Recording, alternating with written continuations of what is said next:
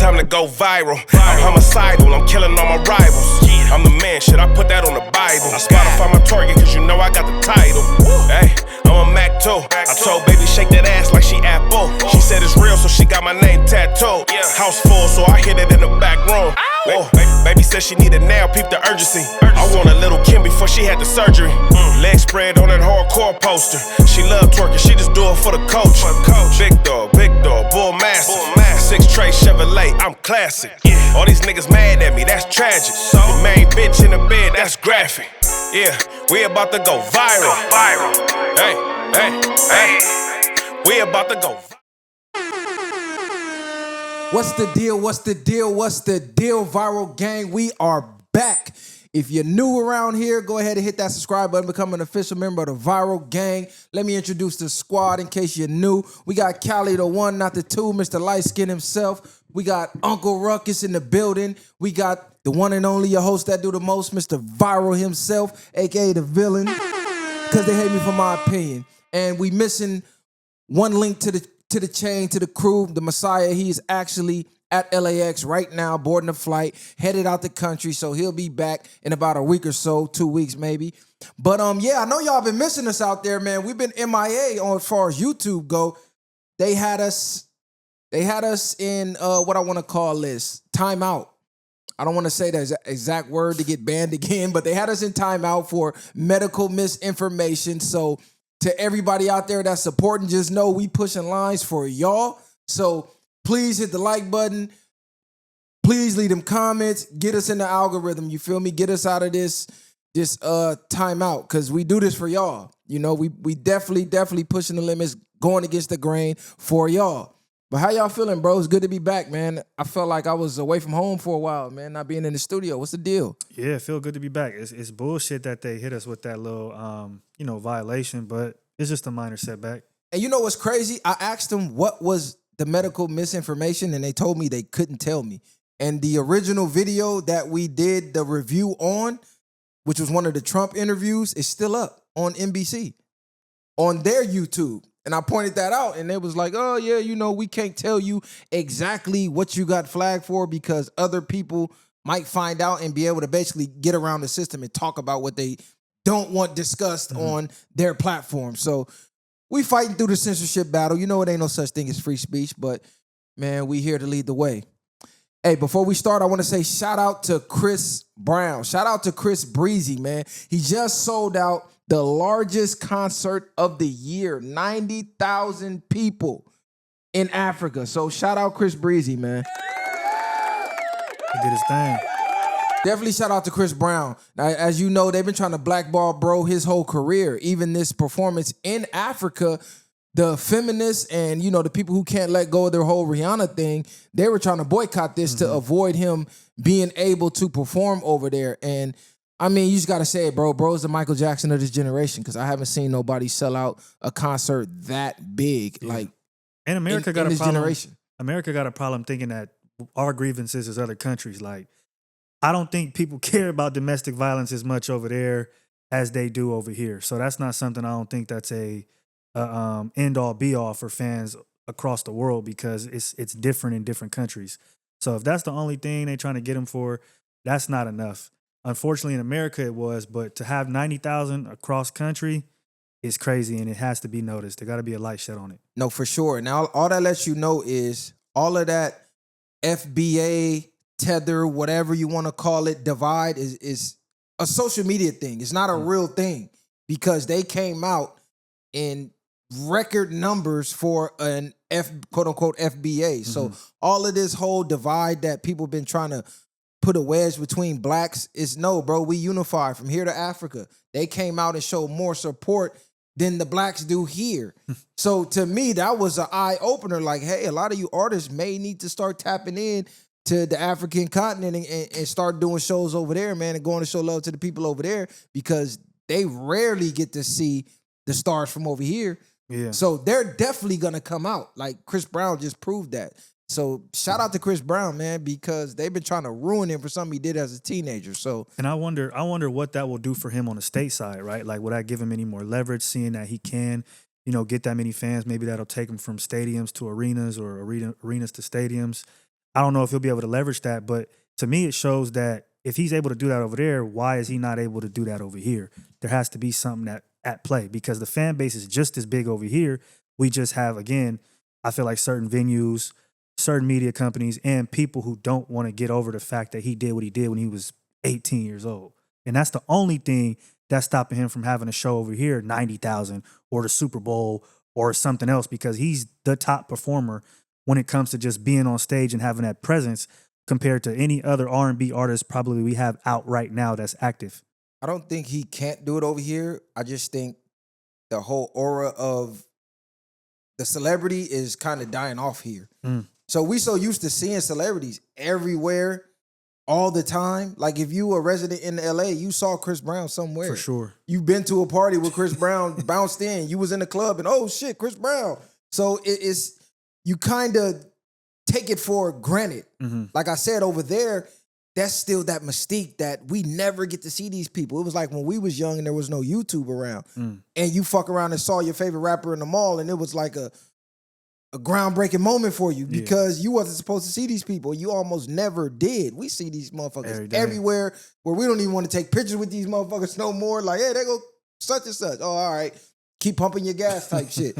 So they got a different type of appreciation for celebrities outside the country. And if you ever been outside the country, you notice that. Well, you know, I've actually had an opportunity to go to South Africa. Actually had an opportunity to go to the F&B Stadium.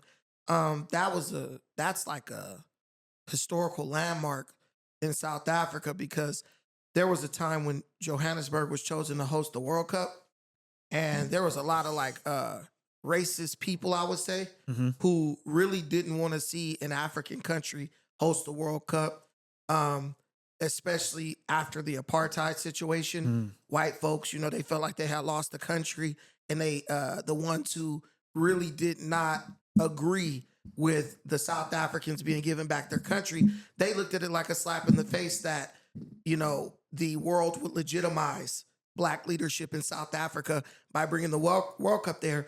And the F&B Stadium was actually renovated so that it could accommodate the World Cup. And now it's one of the biggest venues in the world, definitely one of the top 5 soccer venues in the world. And the fact that he sold out that humongous stadium, I remember when I had a chance to go to Soweto to go to Mandela House, Nelson Mandela's old house where he lived. I saw the stadium in the distance. You can't miss it because it's so huge. And that thing just looks like a jewel, like a diamond or something, just sitting in the middle of nowhere. But Breezy, I just think it's all capitalism. I think a lot of people are so shocked because many people don't go to Africa, so they don't realize how much money is actually in Africa. The infrastructure, yeah. The infrastructure and the money, right? Because for 90,000 people to get up in that stadium and for it to sell out, Breezy ain't giving out discount tickets. How much were the tickets? Regular price. Do we know? They don't lower their price for tickets in Africa. I don't know. I got to look up the exact And you got to think about it. price. There's probably people from the U.S. that flew over there as well, diehard fans, to go see it as well. If they people with money. If they could get in, because I remember when it was the days before the concert, you had a lot of South Africans on Twitter. Like I remember reading one dude's testimony. He was like, this time last year, me and my girl both was unemployed and we was living together. And a year later, we at the Chris Brown concert, VIP. They got money all over Africa. South Africa, Kenya, you go there, Range Rovers, fancy cars. People got money. And then you got growing middle classes in those places. I'll tell you one thing. Chris Brown stock is up. His stock is up. His price just went up. The price on the brick just went up. Sold out 90,000 off his name in a whole nother country. Oh yeah, the price is up. Put some respect on Cuz' name. Shout out Chris Breezy. He's still doing his thing, even through all the hate and all the hurdles and the obstacles, and they trying to blackball him, and they trying to hit him with all these Me Too cases, and he's still out here shining. Well, you feel me? Representing for the culture. I don't even know his So last shout album, out Breezy, cuz. There was a whole feminist organizations were trying to blackball Chris Brown. Yeah, and exactly. The thing is, there has to be some things that are sacred, right? I'm not excusing nothing Chris Brown has done, but when it comes to domestic violence, definitely like, especially amongst celebrities, man, these are people that's on drugs and all types of stuff. I ain't never seen two crackheads that's a couple that wasn't fighting nonstop all the time, right? So I look at that different. You know, I don't look at that as like, man, these two broke people, they ain't drug addicts or nothing, bro, getting off work, coming home, knocking his wife through the wall because, you know, she said something he didn't like. I just look at, these are volatile situations. We have a culture that excuses, you know, drug use amongst celebrities, right? And these people need a lot of help. And honestly, because of their profession, there's not a lot of help for them. Not a lot of people who can understand where they're coming from. But you don't really need, when you do what Chris Brown has done in Africa, what's happening is you're really showing everybody you don't need America because there are 1 billion people in Africa. I'm not gonna say that because the reason that they know him in Africa is due to America. I'm not saying that. Without the popularity of America, they're not selling out 90,000 in Africa. So you absolutely need America. I'm not saying you don't need America in the sense of publicity, but when you got to understand something. You could go get a bag somewhere else. This has been a long time coming for Chris Brown. Chris Brown, this is not his first time being in Africa. Chris Brown got songs with Burna Boy, obviously, but with DeVito before, you know, Chris Brown has had songs in Africa that people in America ain't never heard. You know what I'm saying? So he's been laying the groundwork in Africa. No, it's definitely another market that's to be tapped into. It's a bigger market. But because even South African artists like Tyler, for instance, her main draw is to Americans as well. I think the market is more so, the American market is bigger than the South African market for music because people like Burna Boy or Tyler, they make it when they make it over here. When there's bottom line is the culture started here, so there's no way that you could say it's bigger there. It's like no, it came over there because it started here. I'm not saying that is bigger there. What I'm saying is the market is bigger. You got more people. It's like triple the people in Africa as the United States. So if you got 400 million people in the United States, how many 400 millions go into like 2 billion? You know what I'm saying? And then on top of that, you got a bunch of people who got money over there. Like you got a lot of people in the middle class. I don't know if but it's what's their currency worth? Like I don't know if it's ours? a bunch, bro. I think You it's know what I'm more saying? people with money here than over there. Well, what's their currency matched up to ours? What the thing with the United States is this: there's more people who are in the middle class in the United States, right? But in Africa, you have a lot of people who are rich, affluent. Okay. There's more billionaires in Africa than that. There's more black billionaires in Africa than in America. So you just, when you got more people, that's more people who can buy your tickets, who can go to your concert, and then more people who are willing to show up because that's something that's not happening all the time over there. And that's kind of what fame is based on. It says South African households had an average disposable income of approximately $2,738 US. So the average household ain't got no bread to just be going to spend year round on things like this. I think this was like one of those once in a lifetime events. Yeah. And they just made it happen. Like Rumble at the Jungle type. Yeah, Rumble in the Jungle. But overall, to say that they got more bread, I'm not seeing that, bro. I think they got higher rates of poverty than here. We have more disposable income to spend on dumb shit like concerts and shit. I think the context of what you just said is totally missing because there's many households in America that don't have $2,700 of disposable income. So if you went around, like it's like I was talking about the Kendrick Lamar thing.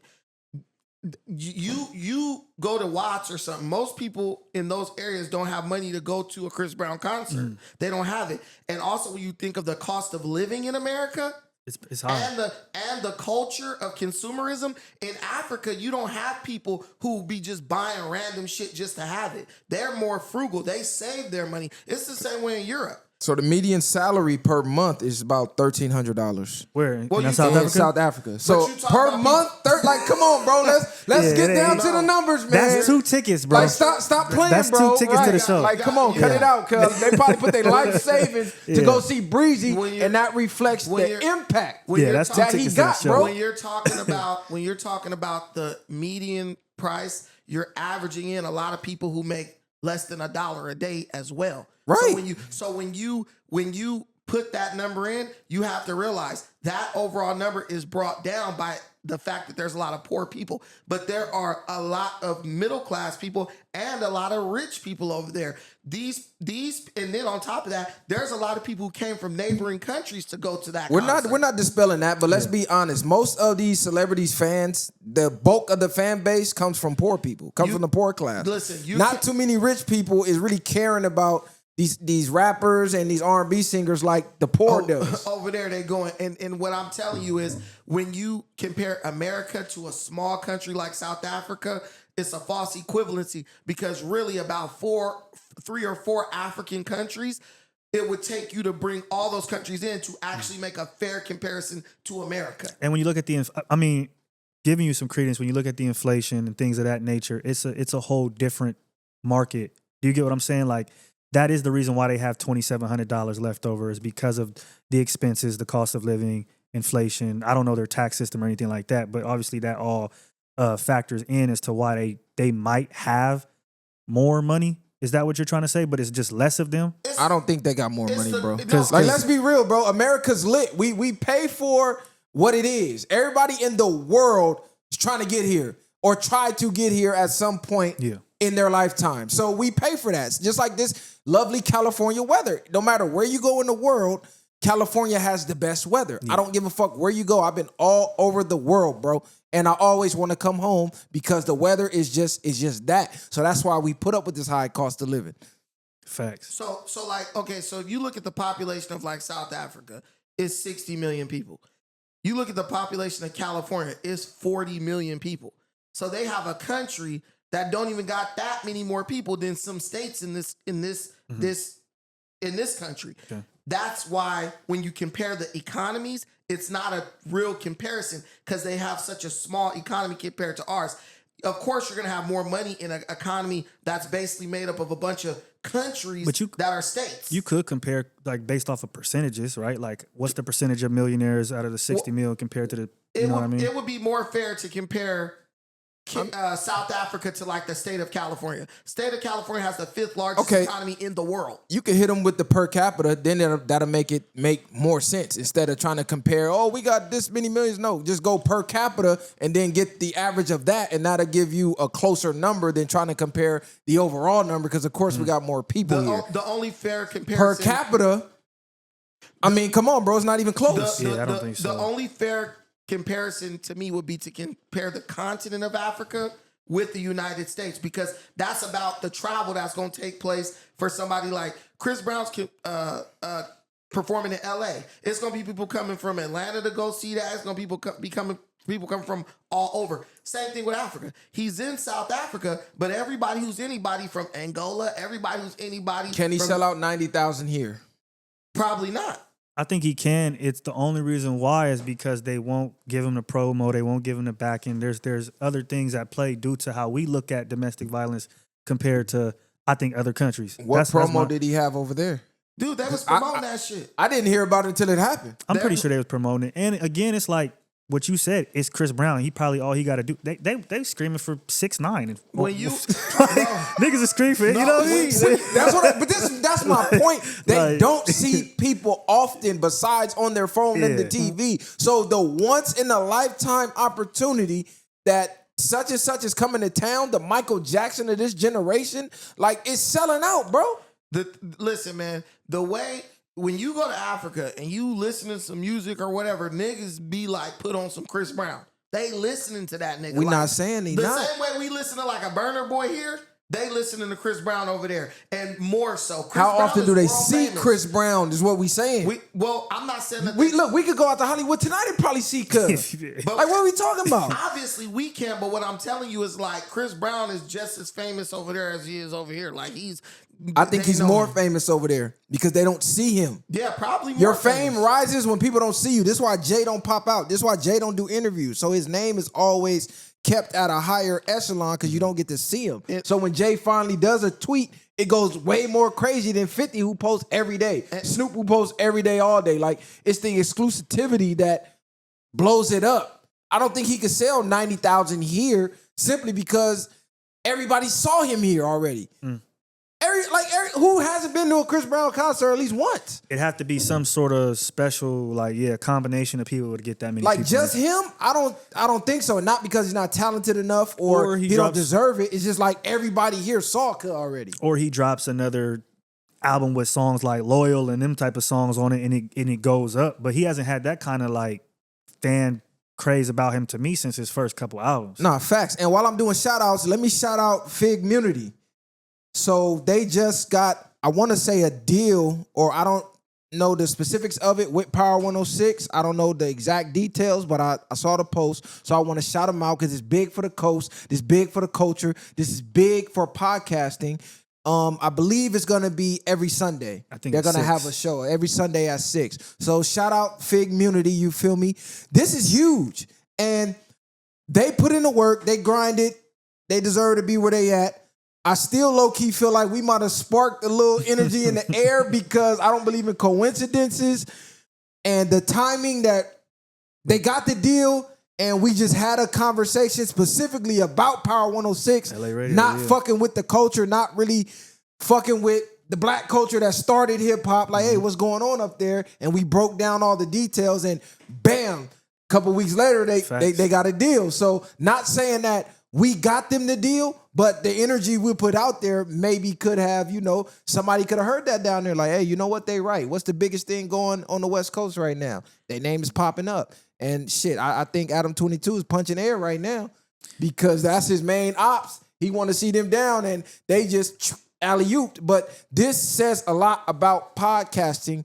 This is the wave. This is the future. Mm-hmm. This is the new industry. Anybody who wants to stay relevant in anything has to go through the podcast circuit. We just saw the presidential candidates have to go through podcasting to appeal through the people. NFL, NBA, actors, you name it, they're coming through the podcast. Like legacy media is a wrap. And now it's transitioned over to a radio station because radio is damn near obsolete. So how do they revive themselves? Yeah. Shit, let's get the biggest podcasters, let's merge it, and let's try to revive what we got going on. So shout out Figmunity, shout out Power 106 for tapping into the culture. You feel me? How y'all feel about this? Yeah, it's really what you just said. They're trying to get ahead of the curve. They realize, we all realize radio has been in a slump for years now, right? Since streaming and just YouTube's advancement. So now what they're trying to do is get the hottest podcasters, at least in Los Angeles, while they can, and then, like you said, revive it and hopefully maybe have more people listening to radio because of that or tuning into radio because of that. So this might be the first of many, or they might be trying to do some different iteration where they do that to bring it back.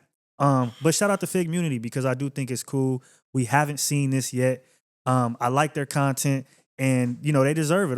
They're putting on for the city of Los Angeles amongst other podcasts. But if it ain't us, I'm glad to see Figmunity up there.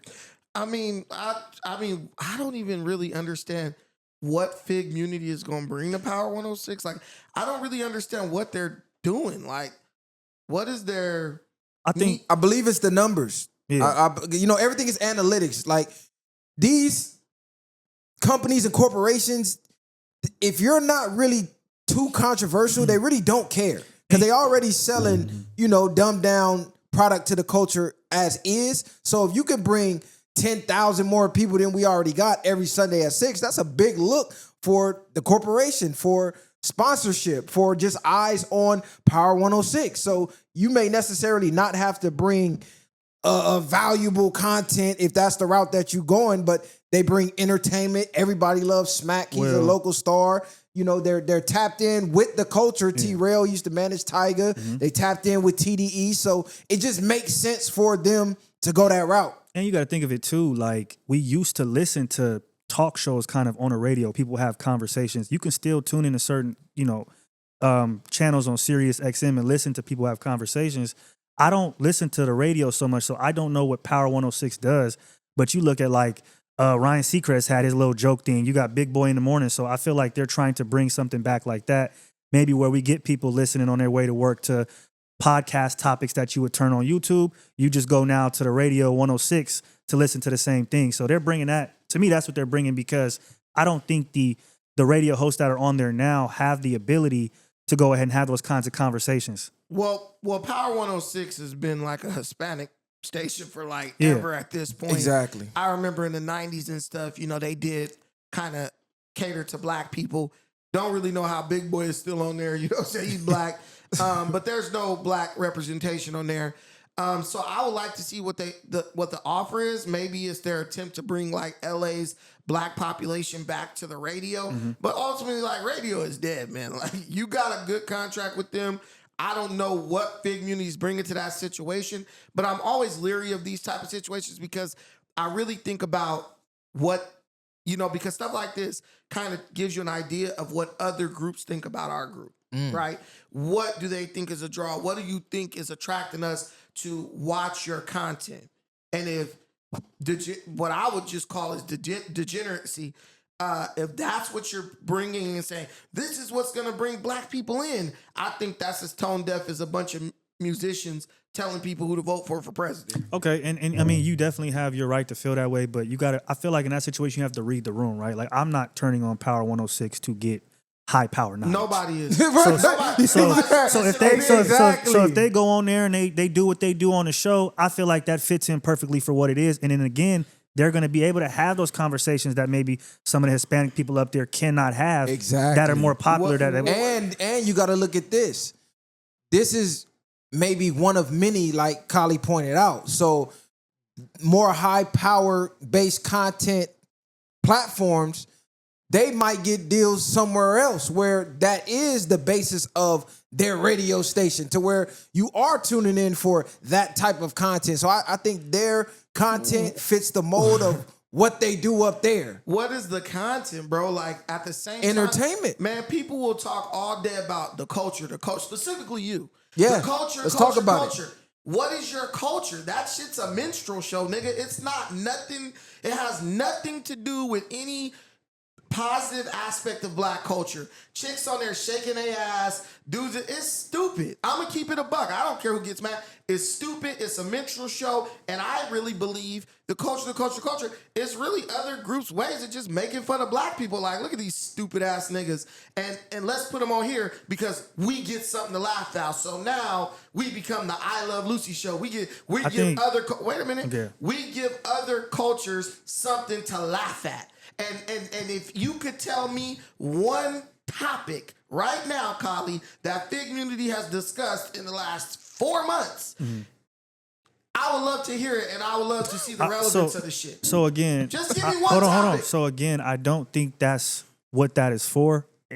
Going back to Power 106 and their underrepresentation of black people, I feel like in this point in time in Los Angeles, you just had Lefty and Kendrick. You got all these different things going on and shows of unity. This is just something else that I feel like they probably felt like they had to do or they wanted to do for the black community and to go ahead and show unity. But you just said representation of black people, and that's what I'm getting at.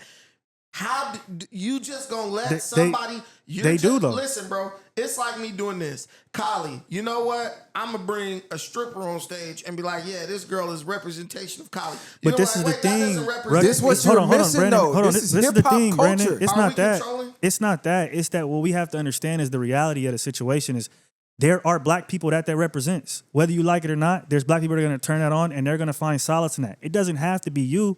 It's not you. It's not me. See nothing. But do you think that people are going to look at Power 106 and look at T-Rail and AD and whoever else it is and say this is the know-all, be-all for blacks? I see nothing even remotely similar to that in a Mexican form. Brown bag podcast. Matter of Is fact, it on Power right. 106? The Mexicans they have.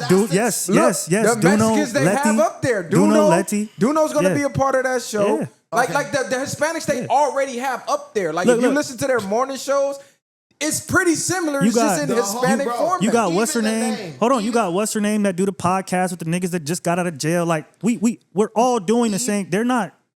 They're doing the same type of content. Right, exactly. It lines up with what they already do. Even the name of it, Figmunity. What is that Well, I'm guessing Fig side and community together. Fig is a hostro. That we know that. So Actually, T-Rail is from Hoover, That's where and he from, that's yeah. the Fig side. So that's where that comes in at. Well, I know Fig to be the Thus host. the orange carpet Come and all on, of that. man. They brought some Come hoes on. on there. They brought some hoes on there Like, before. but see, this is what you're missing though.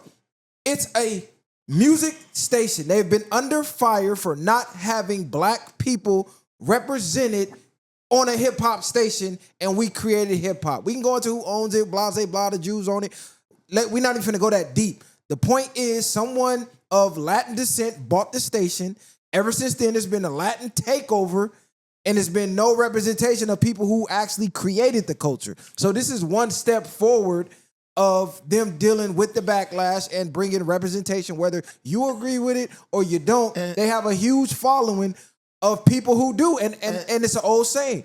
Everything ain't for everybody. So if it's not for you, literally don't watch it and watch what is for you. And I feel like there's way worse examples than them out here, though. And that's the problem. Niggas just want representation, but don't care about how they're represented. Like, there's a lot of people you could bring on that damn station to give the black opinion on like anything. who? You got Nick Cannon. He was on there. Come on, bro. Nick Look, Cannon's already well established on his. He was still on Power 106. Why? Okay, this is the thing. We need new faces. He's nitpicking. He's nitpicking. That's what you're doing. Bro, You are. Like You he are. sound Nick Cannon. Like, come I'm on, not- Nick Cannon cannot represent I am LA not hip hop culture, bro. No. Picking shit. You could bring fucking Flacco up there. You could bring any, No, you could bring- can't. Listen, there are many black personalities. I don't think you. Hold on, you talking about degeneracy, Flacco?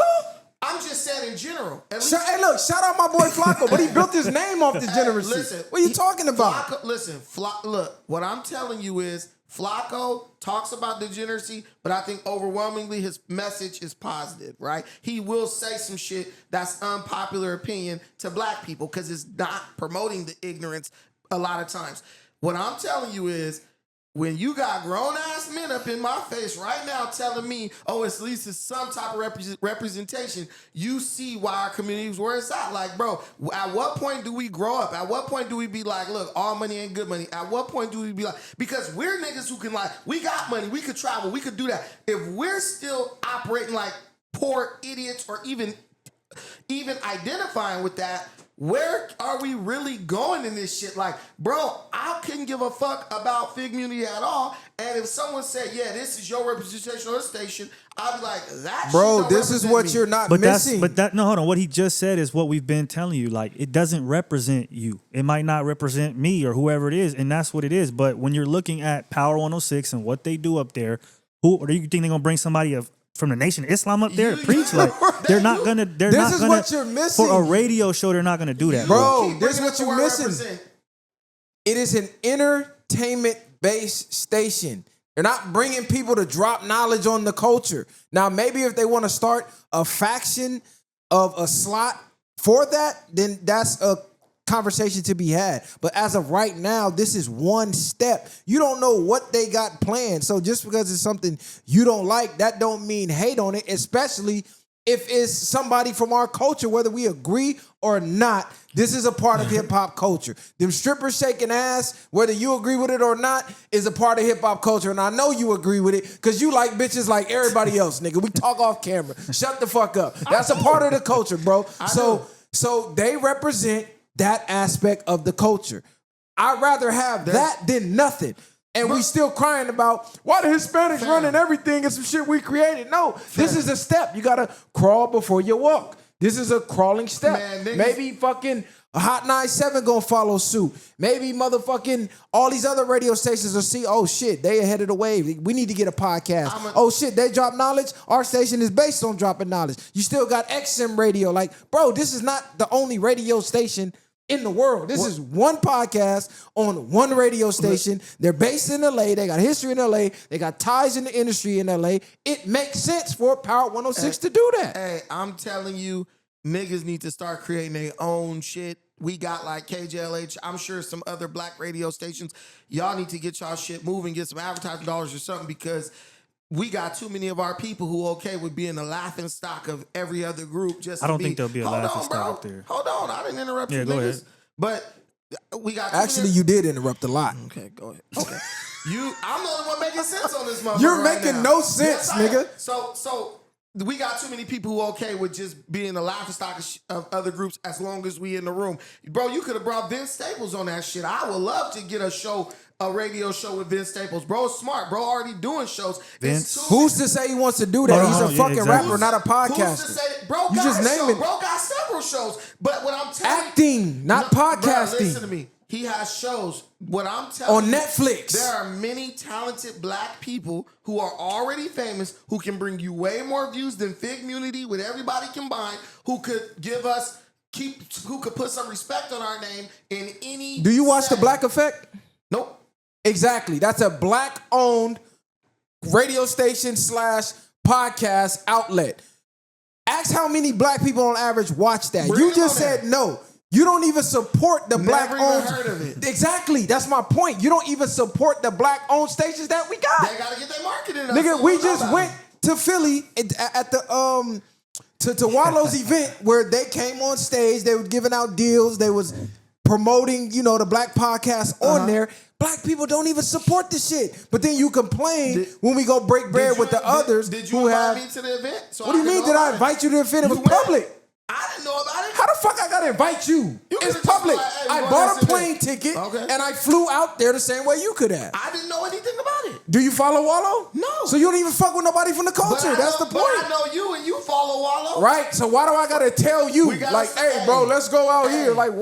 What the are you whole- talking about, how do the nigga? whole I say- follow the culture. So I know what's going on in the culture. How do you, what's the old saying? Each one teach one, bro. If you know somebody, this is what I'm talking about. Like, the culture is only. You don't fuck with hip hop. Why would I Listen, tell you about a if I- hip hop based if I- event? If I have something that is good and I could bring good people to it, that's what I'm gonna do. That's literally how you build anything. You say, you know what, this guy might be a good fit. That's how you anything from a. What are you talking about? Bro, listen. Who's a good fit for Just- Power 106? just let me- That's in the podcast listen, space. Everybody on earth who's black doesn't think like you. That's your first mistake. That's what you missing. No, that's Y'all what crazy. no, because when I start saying something, you start saying, "What is he talking about?"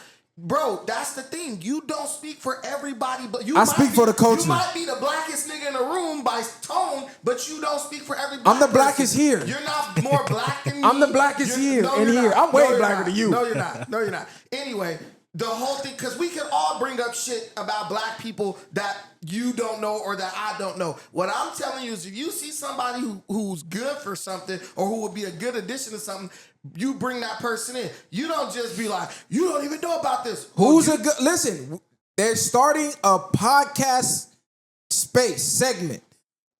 Think about LA podcast because they have to be from the West. They have to be from here to fit that space there. Okay.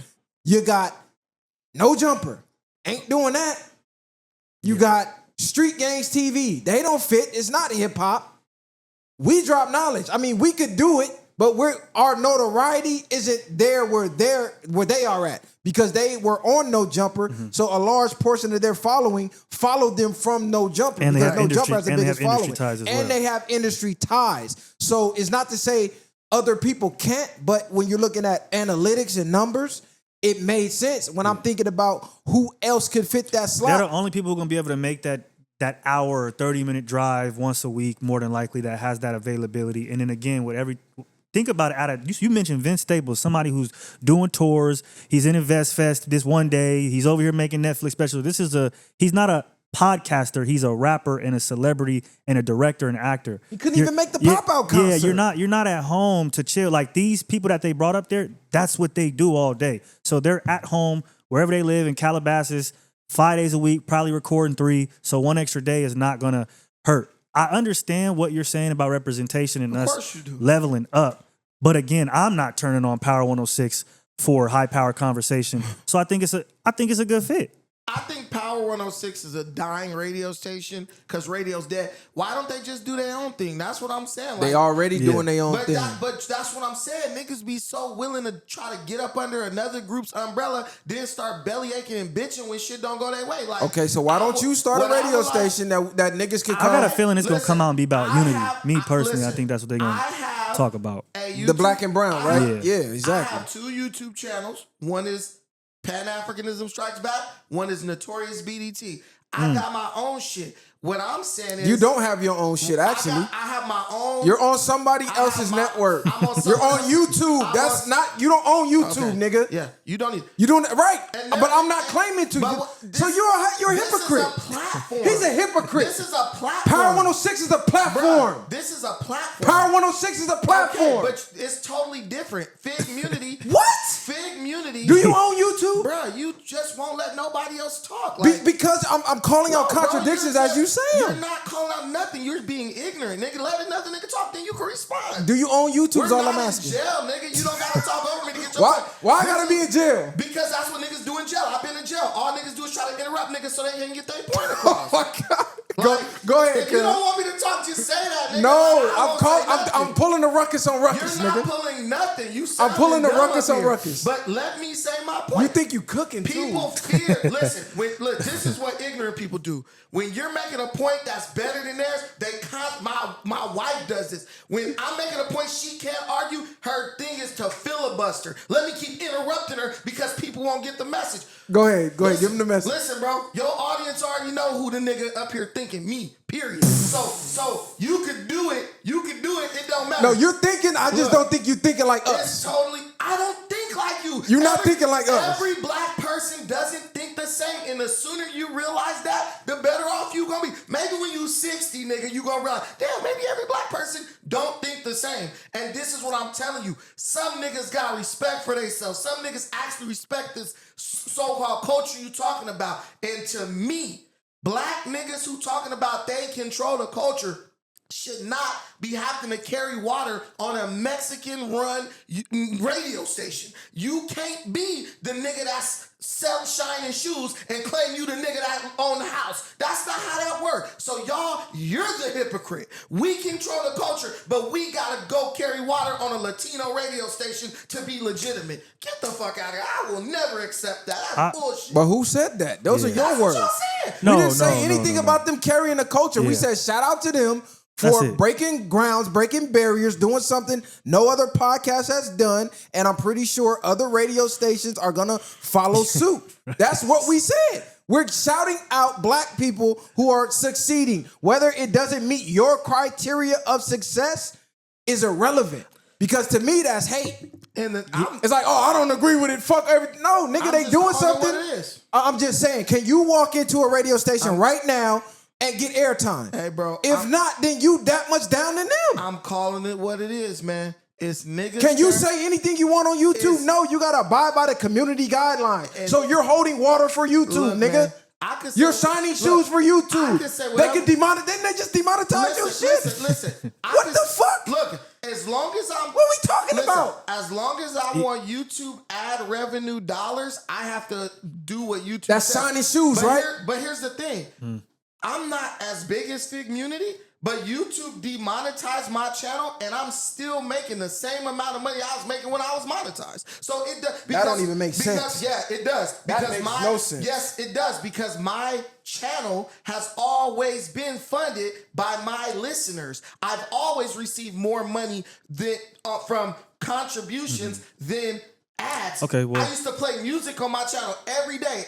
Every video was You're not demonetized. okay. Let's Well, hold on, address the because points, Figmunity has the whole super chat thing, so they make money from their supporters. I believe they have Patreon as well, so they already have their own thing. All they're doing is a side project at Power 106. I don't look at it as they're going there for a bone or whatever it is. They're just doing that as another side quest. They already have their own thing. They got Figmunity, community. They own different channels. You got 80 and doing those things. So they already have a big conglomerate of creative channels and platforms that they're already making money from. This is just another side quest to me, in my if opinion. Power 106, I don't think they're like, it's not them needing a life vest that you're trying to make it seem if to be. Power 106 call this nigga tonight, we want Pan-Africanism Strikes Back every night at 7 p.m. He's walking, because he ain't doing no running. He's walking his big ass down to Power 106, and he's gonna be up there talking that Pan-African shit. Right. So he can sit here and yell about shining shoes all he want. Cut the cap, nigga. Shout out and salute another black man when you see him making move. That's all I'm saying. Too many times we want to shit on each other, and that's why we don't get nowhere. No, they may not be running the station, But like he said, they're building and adding to their conglomerate, and all that is more publicity for what they already got going on. So if somebody maybe don't know who the fuck they are, but they know Power 106, them getting on there could be like, damn, I fuck with them. Let me go to their channel. Oh shit, I really fuck with them. Here goes some more super chat money. Here go another subscription. Let me add to your, like, come on, bro, what are you talking about? I'm going to tell you one thing. Nigga's crazy. You could tell a nigga that is doo-doo in the grass. The nigga still walk through the grass with his eyes closed, and when he step on doo-doo, act like he's surprised.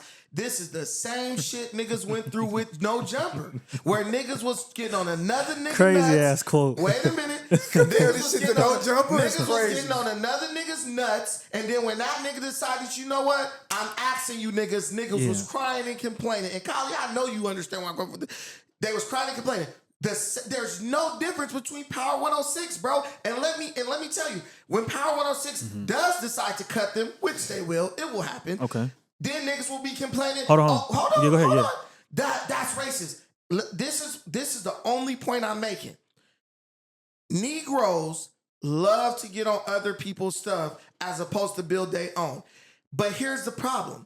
When you get on another person's platform, there's a large likelihood that when you start noticing, dang man, it's mostly, same thing with Kendrick Lamar. It's mostly Mexicans watching this shit.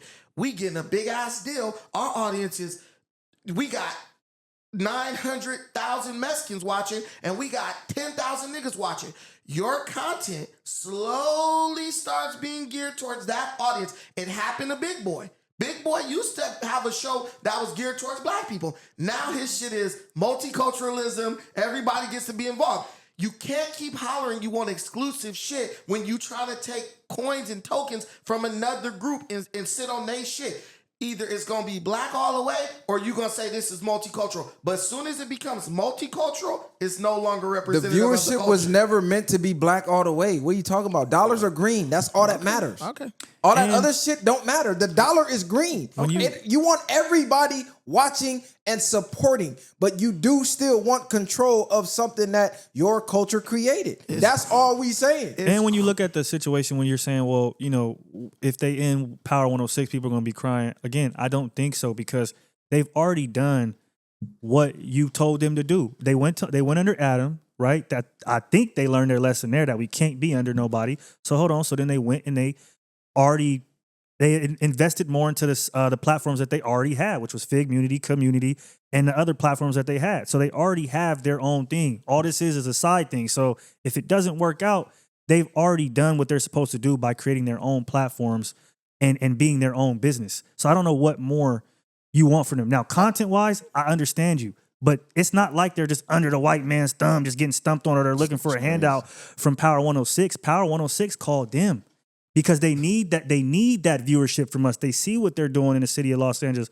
or in LA County, and they're needed. You know what I mean? They're what's the word for it? They're a hot commodity. And that's because of the shit that they did on their own after Adam 22. And that's what you were asking them, or that's what you're telling them that they should do. So they already did it. And now this they my just doing thing. more. It's always the niggas hollering about what niggas should be doing that's not doing it. What? It's like, bro, if you're not building that, what you're saying niggas should be building, you shouldn't be telling niggas to build it. Okay. Oh, go get your own station. Nigga. Okay. Are you building your own station for niggas to come to? Because maybe if Pan-Africanism Strikes Back had its own radio station who could give out bigger deals or match the deal of a Power 106, niggas might say, you know what? Nah, I'm going to go fuck with my folks. But as of right now, it ain't no niggas giving out no deals. And I don't know nobody that's turning down money. I'm going to say straight up, I ain't the nigga building no radio station, but I also wasn't the niggas crying like bitches when Adam decided to kick their ass out. I mean, so, I can't argue about that. Listen, bro, look. I can't argue about that one. I ain't got nothing to do with that shit. We grew up in the same neighborhood, bro. I'm a nigga just like anybody else. When you was crying like a bitch when Adam got rid of your ass, you was saying, fuck that nigga, do. It just makes no sense to me to walk back into anything. Who you talking about, T-Rail? I'm talking about period across the board. Any nigga who was crying about getting kicked off. Well, it was only certain I niggas don't know on. the niggas' names, You bro. gotta say niggas' names, I don't nigga. know these niggas' names, bro. You know them niggas' names. I'm just gonna give an umbrella of all the niggas who was doing it. But what I'm saying is this. It was only T-Rail and AD that was over there. You gotta let it. He said everybody. Listen, That's bro. that's Okay, so him, he said yeah. everybody. All All I'm right. telling you is niggas love to do the same bullshit and then act surprised when they get the same results. I'm not telling these niggas what to do. I ain't on y'all level, yeah, whatever. But guess what? Y'all done been here before. Y'all been here before. And what I know about niggas, because I am black, I know that anytime big money start touching on shit niggas make, it break up the family, usually. So be prepared when you get your little Latina co-host and this person gets added and that person get added and then this person want to lead a Figmunity because they getting a better contract over here. Listen, nigga, I've been here. I'm almost 40, nigga. I've been around the sun. So let me ask you this. Are niggas supposed to not ever do business with anybody because they're not black? Like, what you saying to me don't make sense, because what track record does Power 106 have to prove they're the same as a No Jumper? What actions have Power 106 done that Adam and No Jumper has done to niggas? Hey. Them niggas specifically. 6 niggas should be as good as one Joe Rogan, in my opinion. 6 niggas should be as good as one Shannon Sharp, in my opinion. There's nothing keeping Figmunity from getting to that level if they put in the work, if they don't do that type of content, though. Dude, it doesn't matter what content. If the niche is worth a damn to where Power 106 sees something in it, right? Because if that content can't bring that crowd, believe me, Power 106 is like, we gonna bring them in and we gonna manipulate that shit to where it can get a bigger You just audience. compared them niggas to Joe Rogan and Shannon Sharp. Bro, why not? What's wrong with that? There's no comparison. He compared me to them. They look. It's no comparison. To them, listen, they are like Joe Rogan. They're nothing like Joe Rogan. Joe Rogan to them is like me to them, right? No. So if I'm speaking on the type of content. Listen, you said It's nothing the same. Listen, bro. All I'm telling you is, if Power 106 is touching it, there's something there. Numbers. Bro, they're not just trying to stay at the same numbers. Nothing operates like that. Numbers. They bring things in. Generates money Kali, is this in this business. Kali, is this not right? When they bring something and they bring it in to do what? Grow it. They don't bring it in to stay where it's at. No company does that. So if they're touching Figmunity, they believe that Figmunity has the potential to be bigger than what it is. That's the nature of business. Duh. That's true. Yeah. Okay, so when you're saying they're not Joe Rogan, they're not that yet, but somebody at Power 106 sees the potential where they could grow, maybe not as big or maybe bigger or just as big. And what I'm saying is, you got to have the same faith, or you got to see the same shit they see in you and yourself, bro. But what I'm saying is this: if I'm a It's crazy. I'm a drug dealer, let's put it this way, Right. and I sell drugs to Colombians only, right? And I'm doing so good at that now the Mexicans see me and they want to work with me. Why not go work with them? The Mexicans see that I'm moving all this weight, right? And I'm able to do X, Y, and Z at a high level. If I go work with them, even if I stop, I'm still doing it at the best over here. So I don't understand why you think it's a downfall for them to work with them, or they're going to lose something by working with them, when they still are one of the best doing what they doing in their own field right now. Like, there's really nothing to lose. And when you look at it, again, if the Mexicans see me working, that's a mutual beneficial relationship, because I'm going to get a fan base from Power 106. Power 106 is going to get a fan base from me. And if we split, I'm still going to take everything that I did. I'm going to take it back to my platforms, which are Community and Figmunity. Hey, look. And if I don't So want how to does it drag. not work? I don't want to drag on the whole show about this topic. right. We can agree to disagree on it. I'm gonna say shout out Figmunity. I see this as a W for the culture. I see this as a W for podcasting. It may not be a Joe Rogan or a Shannon Sharp, but it is one step into the future, because who knows? They might get a portion of the station if they get big enough. They may get percentages. I mean, you don't know where this can go. Maybe not them themselves, but I mean, hey, it's a lot of platforms out here who could use that type of look. Like he said, I'm the type, I think optimistically. I think cup half full, not half empty. So I'm not going to sit here and say, oh, they're going to get money and split up and this and that, because that shit had never happened at the Viral Way. Hey, For a fact. I don't give a fuck how much bread they throwing around. Viral Way ain't breaking up. listen, bro. So that is what it is, point blank, period. So shout out to Figmunity. Shout out Power 106 for reaching back to the culture, and shout out to the culture. And speaking of the culture, man, we got to talk about this. Here we go. 50 Cent. We're going to get to that. We're going to get to that. We're going to end with that. 50 Cent recently went on Andrew Schulz to basically, how can I put this? Crush his enemies totally. So he went on there to tap dance on Jay-Z and his drama. He went on there to tap dance all over Diddy and they drama. He brought up some names. And to me, I know 50. I've been watching 50 long enough to understand what he does, right? So he's seen this as an opportunity to crush his enemies totally because he had the Super Bowl performance with Eminem. Through the I guess the grapevine, he heard that Jay-Z tried to put a stop to him performing, and Jay blamed it on business. But M said, "I'm not performing if 50 don't." And him and Jay got a long-standing beef, if you want to call it, where they've been throwing jabs at each other since 50 career started. Some people even say Jay-Z set his career off with the line, "I'm about $1. What the fuck is 50 Cent?" Before 50 was anybody. So they got a long-standing history. And Diddy, he's in the trouble that he's in. 50 went on there to clown about that and how dudes, assholes is hurting this and that. He threw shots at Meek Mills. And surprisingly, low-key threw shade at Kendrick way, saying that, Drake should have took a step back, or if Drake takes a step back from this and the state of the culture is in Kendrick's hands, people are going to start to see how much Drake is needed. Or we're going to see how much people miss Drake. And the reason I'm not giving 50 a pass for this because Andrew Schulz has been in the hot seat. He came out, had some controversial shit to say about Kendrick. Kendrick came back, boom, bam, bam, it went back and forth. We talked about it. Every podcast on the internet talked about it. And the culture came to a consensus that Andrew Schulz is a fuck boy on some fuck shit, thinking he above the culture. So the culture, hey, we gonna show this motherfucker.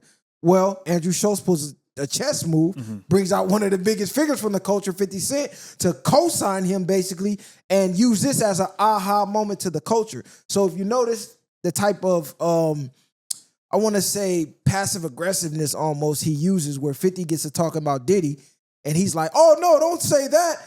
The culture might come for you."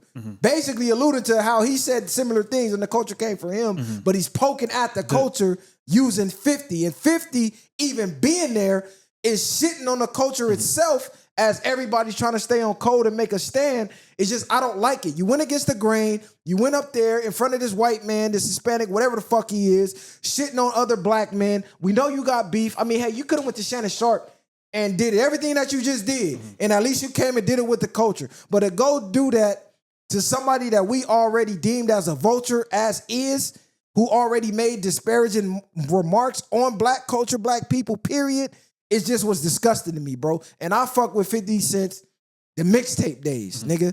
50 was like big homie when I was in high school. People used to think you was 50. Nigga, they used to call me 50, still do. Nigga, if you know, you know. So to me, this was not a good move by 50. It just was disgusting, especially with Jay beating it to go back. And I didn't like it, bro. I didn't like the optics of it. I think for one, Andrew Schulz, as much as he jokes around, he's hurt. He realizes that his image to a certain degree is hurt. Now, maybe his pockets isn't, and I'm not saying that black culture lines his pockets, but I think he's too invested and has too many friends in black culture to have wanted to go viral for what he went viral for. So that's why I feel like he keeps, because he's been on a tear ever since he got canceled or niggas was in the culture like put him on notice or standby. He's been going at us and being passive aggressive and trying to do anything to get our attention. And in my opinion, that's him showing that he's hurt because he realized, again, that his stock is damaged because you went against Kendrick Lamar right now or you said something, had it back and forth, and it don't look good. Bringing 50 up there, for me, I've been thinking 50 been on bullshit since the Diddy thing. Y'all come up here talking about, destroy your enemies completely and all that, but at what point do you, take a step away from that or you realize that it's goofy? At what point? You 45, 50 years old and you still are relishing in the downfall of your peers. At this point, nobody done nothing to you. You got a recording studio complex, multiple shows, millions of dollars. You're doing good, bro. You're doing good. For you to be doing that good after the life that you had and then still be investing, like I said, into the downfalls of these people and harboring this negative energy and giving it to anybody that asks for it is crazy, especially because it's Andrew Schulz. I just think that 50 doesn't care and he has a vendetta against these people, whether it be because of ego or success, whatever it is, it didn't go for him the way it went for them because they got the accolades. Because he mentioned that too. Man, Kendrick's a media darling. He gets awards that I never knew existed and all this other shit. So I don't know if it's a mixture of that, the East Coast bias, but bro has been on goofy shit to me since Diddy. And he's exposing himself right now more than ever. If niggas don't see it, y'all see it now. Well, him and Diddy has had like some little back and forth throughout the industry. You know, he had a meeting where he was actually trying to sign to Bad Boy. I guess he came in there with a bunch of guns and vests and spooked Diddy or whatever the case. They wasn't feeling it. Deal didn't happen. He said, you know, they was at, I think, Clive Davis's wedding or something like that. And Diddy came up to him and said, hey, man, you know, we should hang out. I'll take you shopping. And like he's like, whoa, what the fuck? You think I am a bitch or something? Yeah. Nigga, you offer bitches. So to take bitches shopping. So him and Diddy always had little riff-raffs back and forth. But then you see him and Diddy partying with Paris Hilton, the Hilton sisters and shit like that. So And is that worth me being like adding fuel to the fire when you locked up or you know when your family going through it? It's like, and again, 50 ain't no 9 to 5er just tweeting that, bro. Like what he say, it get clipped, it get screenshot, it get put everywhere. This is a peer on the same level. So when you're going at niggas like that, to me, that's against that's goofy shit. Well, 50, like I said, he reads the 48 laws of power and he brings that street element into the business. So in his eyes, it's like, nigga, you a op, you damn near a op forever. And every chance I get, I'm gonna step on you, even if it's the pettiest shit, like buying out all Ja Rule's fucking front row so nobody could come to his concert. It's just 50's not gonna let up. This is the type of guy he is. And I'm not mad at him for him because he always kept that same energy with everybody. He ain't got no picks. I just don't like the platform he did it on. Like, read the room, bro. Like, bro, this is the time where the culture is like trying to, you feel me? So to even throw the remark out there about Kendrick and Drake is like, bro, it seemed like shade to me, especially mentioning the awards like you said.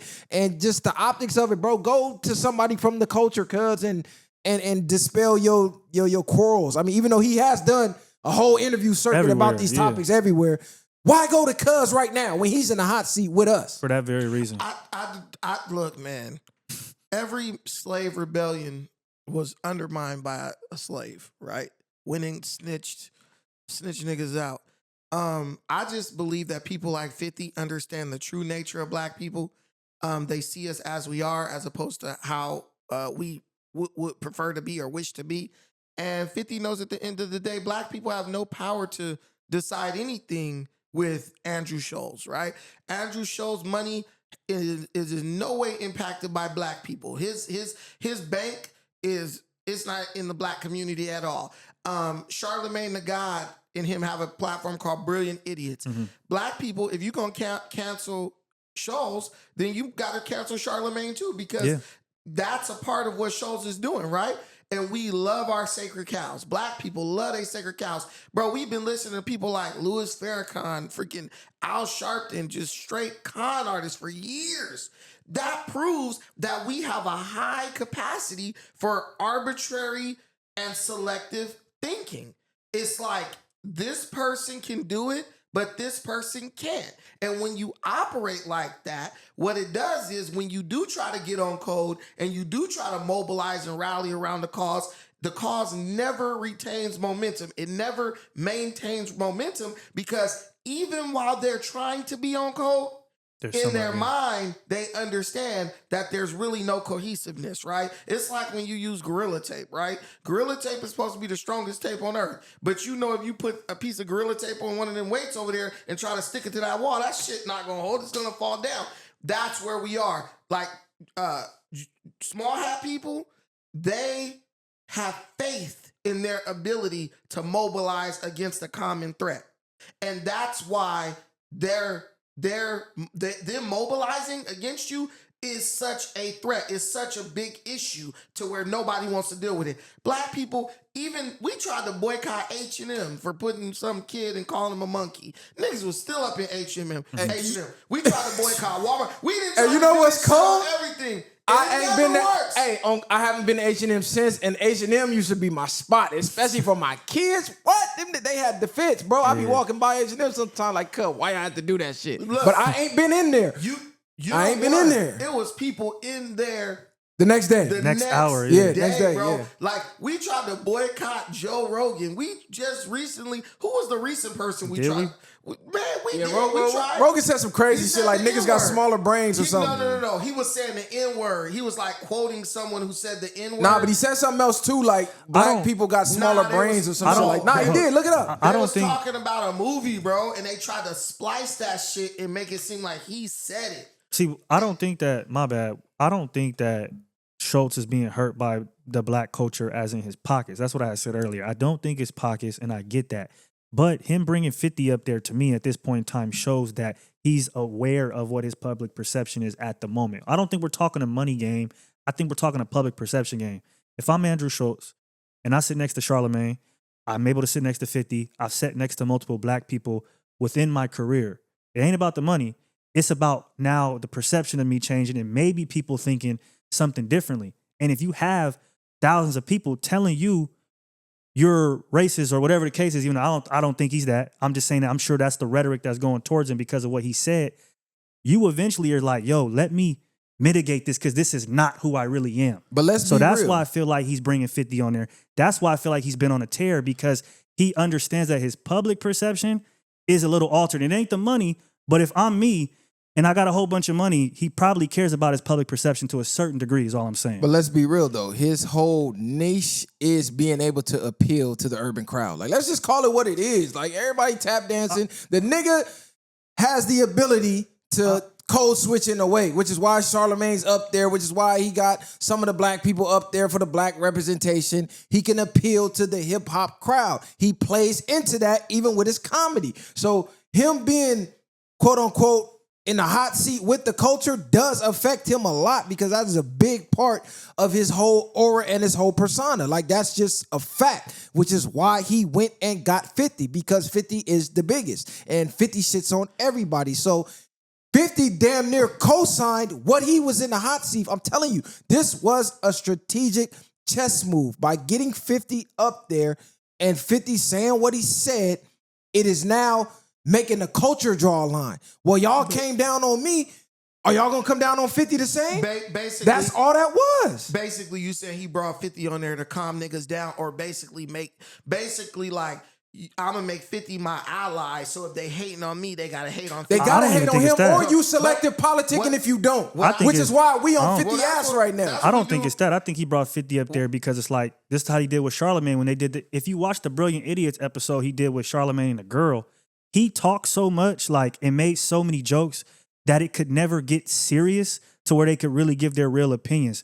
I feel like he brought 50 up there to say, if 50's cool with it, then a lot of black people are going to say, you know what? If 50 ain't tripping, if Charlemagne ain't tripping, I ain't tripping. But that's what I'm saying. That gives him a pass though, because if you don't trip on 50 for doing the same thing on the same show, essentially, literally on the same show, it's called selective politicking. Like, oh, well, he can't get a pass, but you're gonna give 50 a pass because he a rapper, because he black. Like, it's all type of narratives that could be spun if we don't hold 50 to the fire for the same thing, not necessarily the same thing, but similar that he did. And I'm telling you, that's exactly what it is, because if you listen to it, he kept saying, oh, don't say that, 50. They're gonna come for you. So basically now it's out. He's sitting back and seeing if the culture's coming for 50. Because if not, he's going to come back and call all of us hypocrites. Well, we are hypocrites. And the thing is, black people have a very hypocritical nature. If you look at what Adam Schulz is doing, people do. It's no, well, a lot of people do, but I think black people more so than most groups. But the thing is, look. This is the same thing. Nah, get on his ass. Because you can't be inclined. Ass. That's, come on, bro. Look. What is he, like, what, more than anybody? What the fuck? I could just prove it. The numbers. Prove it. Men lie, women. I was getting to that. It's the same exact situation that happened with Kamala Harris. Kamala Harris got up on stage and said absolutely bogus shit. Transgender, we gonna pay for transgender sex changes. We gonna let a bunch of illegal immigrants come into this country. We gonna stuff them in black neighborhoods. All types of crazy shit. Brandon Johnson in Chicago said the same shit. Had black people absolutely pissed off. Hell fucking no, we not accepting that. What did she do? She brought a bunch of black celebrities on stage, and they was like, no matter what bullshit she's saying. Which one? No matter what bullshit she's saying, It's okay because we support her, so therefore you should support her.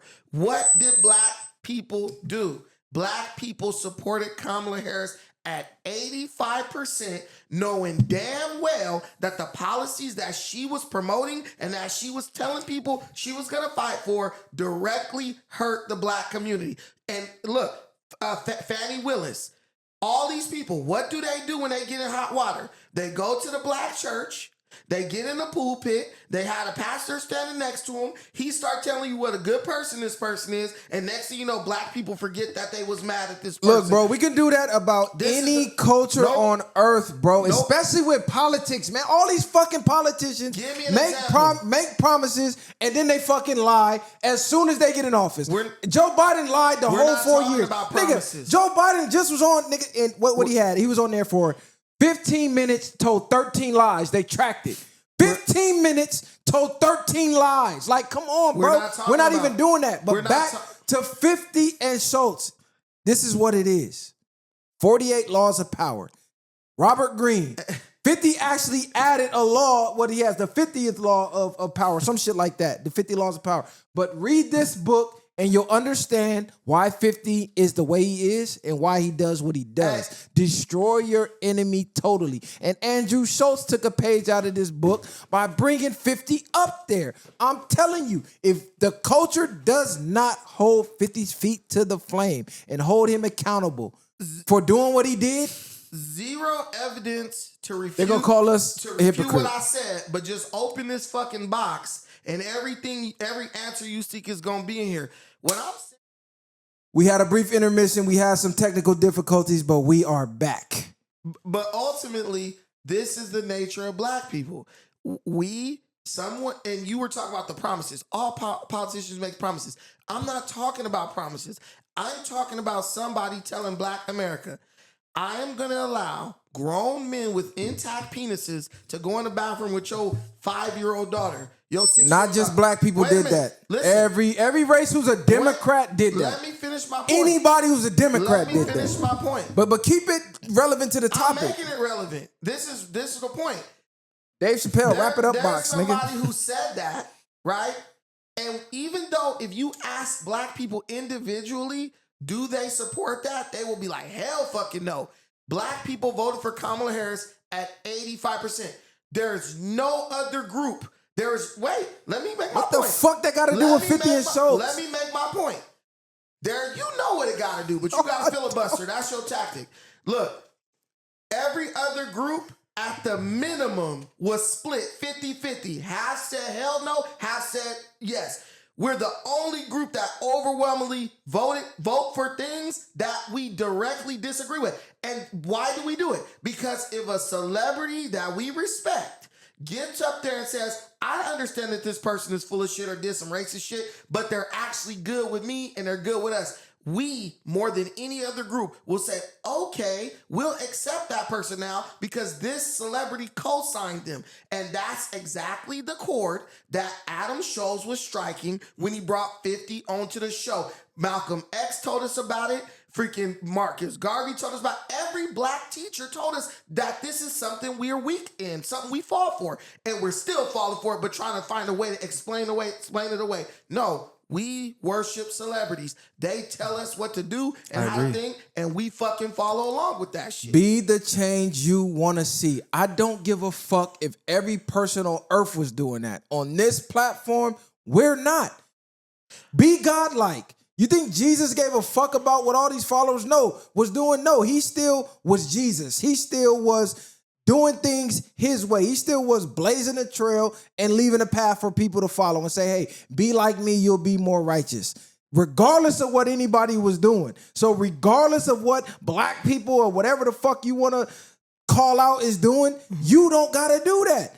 It's like, I'm not going to sit here wasting my time pointing out what they doing when I'm going to do what I feel they should be doing so I can be the example. So if every other platform is going to sit back and suck dick and not call out this bullshit that occurred, that's on them. But we're gonna be the leaders and call it out. This is the thing. Some people don't even realize that they're doing that. right? A lot of people do things unconsciously. That's why it's important to give examples that people can relate to so they can say, damn, I am doing that. And I never even thought about it. We've all been there doing something unconsciously. That's why we explain it. That's what people say. Well, if I don't know, teach me then. And now the people who don't want to live like that, who don't want to be known and identified as being that way, they can say, you know what? I'm going to work harder to not be like that. But if you're accepting 50 for what, if you're now even considering forgiving Adam Schulz because of anything 50 said, that's exactly what you're being done. That's exactly what's happening. Andrew Schulz is using a black celebrity to manipulate you and change your opinion about him. And if That's you a don't want fact. to be a fucking peon, think for your fucking self. Now, I don't got a problem with Adam Schulz, but I didn't have a problem with him before 50 went on his show. I got a problem with Kendrick Lamar more than I got a problem with Adam Schulz. What you mean you got a problem with Dude, Kendrick? I feel Adam Schulz was right. Kendrick Lamar is a fucking hypocrite. Like, don't go after the white boy saying something unless you're gonna get at these black dudes disparaging black women, saying all types of crazy shit. You bring up Jesus. The Bible say you gotta clean your own house first. But remember the lyrics. He was never getting at Schulz. He was getting at the black man that let it happen. Get the fuck That's out what of it here, was man. about. That is actual fact. That's exactly what it was Schulz about. put himself in that predicament. Okay. in that situation. All throughout the album, he puts accountability on black men for doing certain Well, get at things. the black men who let the other black men talk about black women. This is why Schulz got in the hot seat, because Hit Dog Will Holler, he saw opportunity to go viral and he took it, and it backfired. So now he's trying to cover his tracks, and he's using another black celebrity against another black celebrity, pinning black against blacks like they've been doing since the beginning of fucking time, so he could come out on top. He was saying, hey, you sitting there letting a white comedian talk about black women, don't do that. That's law. Talking to the two goofies who was on the show, Kikiing and Ha-Haing. Andrew Schulz was like, oh, he talking about me, came back with the weird buck breaking shit, and the culture as a whole was like, nah, we not fucking with that. You a weird ass nigga. We don't give a fuck if you a comedian, weirdo. Stop playing with us. So 50 went against all of that, jumps on the show. Now everybody in the culture is looking like, what the fuck? We all look like dumbasses. That's why I'm holding him accountable for what he did. I mean, he's free to do whatever he did. But as a one of the faces and legends of the culture, that wasn't legend-like to me, in my opinion. I don't know what type of relationship he has with Andrew Schulz behind the scenes. They seem to have a genuine relationship. Or what type of talks he had behind the scenes. I would have liked to see him address that situation. Can I say something too? Go 50 ahead. seems to be a contrarian a lot of time as well, where it's like he might have thought Kendrick won the battle, and just because like how hard people are going for Kendrick, he like, I'm a rock with Drake. He seems like that kind of person, because he was even like, oh, what did Drake really lose? Right? Same thing with Schulz. Like, y'all all hating on Schulz. I'm gonna go over there with Schulz. Like, I'm gonna send him some love, or I'm gonna go sit with him because he's the most hated right now. And I feel like he's just a contrarian. He likes to do the opposite of what other people do because it gets a response. Hey, 50, man. Holla at the culture, man. But you... Holla at the culture now, because we got to move on. I don't want to Whoa, you brought up 48 Laws of Power. I haven't read that whole book, but I know it's some shit in there like about picking your battles and shit, like battles you can't win. Like, you got to move on. For sure. Black people cannot win a battle against Andrew Schulz, because Andrew Schulz, we have no, it's like we don't got no weapon We're not in the that same. can hurt him. Yeah, we do. How? Yeah, we do. How? He asked 50 to get on to help him. Mm-hmm. 50 could have said no. That hurts him. Charlamagne could have said, hey, make this right with my culture, or I ain't fucking with you. See, y'all know- that hurts him. I'm looking at it from a different What are you perspective. talking about? Hold on, Views hold on. don't go down. But listen, you listen. tripping. I'm looking at it. Take the views out of it. I'm looking at the industry as like high school, bro. That's how I'm personally looking at it, to where if niggas is running around saying you're a certain way and you're not that way, eventually you're going to want to, that's going to hurt you because that you're not that way, and you're going to try to prove that you're not that way. That's what you see him doing right now by having 50 on there. He's trying to prove that that's not how he is. Look, bro will sit next to me. I'm obviously not this kind of person because Exactly. he's sitting next to me. 50 was totally right when he called out the fact. You cannot go after comedians. It's damn near impossible to cancel them. It's not impossible. Look at Louis C.K. Two chicks said he was pulling his wiener out on him and beating off in front of them in a room at 3 o'clock in the morning. That didn't even touch his career. I don't think nobody's being canceled. But what I'm saying is that's the only the mob that is on social media. That's the only weapon they got is to cancel you and hurt your money. Look, they can't. Cancel culture is canceled. What I'm saying is it's a privilege to be able to fuck with the culture when you're not from it. So when you disrespect the culture, it's the culture's job to discipline you and let you know that ain't cool or you outcasted. They want to be accepted by the culture. That's what you're not getting, and that's the point Kylie's making. He wants that acceptance. It's not about, oh, his pockets is hurting. Who gives a fuck if that's not his main viewership? That's what he cares about, though. Or otherwise, he would have went and got somebody from his culture and brought him on the show. No, he didn't. He went and got somebody from the culture and one of the biggest to co-sign and to sit next to and go, hey, accept me back because 50 accept me. It's the same thing with Drake. Like, 50 keeps saying it as well. Oh, Drake got all this money. What money did he lose? When you got millions of dollars, you think they really care about... That's what I'm saying. I don't think he cares about the money at that point. He's like, damn, people calling me a culture vulture? Like, what? I'm trying to do anything to get... You don't think Drake's affected by that at all? Or he feels some type of way about that at all? Facts. No. So now he's trying to get in front of it. He's trying to do certain things or he's lashing out in certain ways because that shit is affecting him. Black people don't show up to Drake concerts. Andrew Schulz is a comedian. Black women is what made Drake big. Listen, at the end That's of a super and they fact. Still gonna follow that. Okay, Negro, so you just said that black people don't have any. Drake is more good looking than Kendrick Lamar. I know, That's but you all just women said, care but you about. just said black people don't.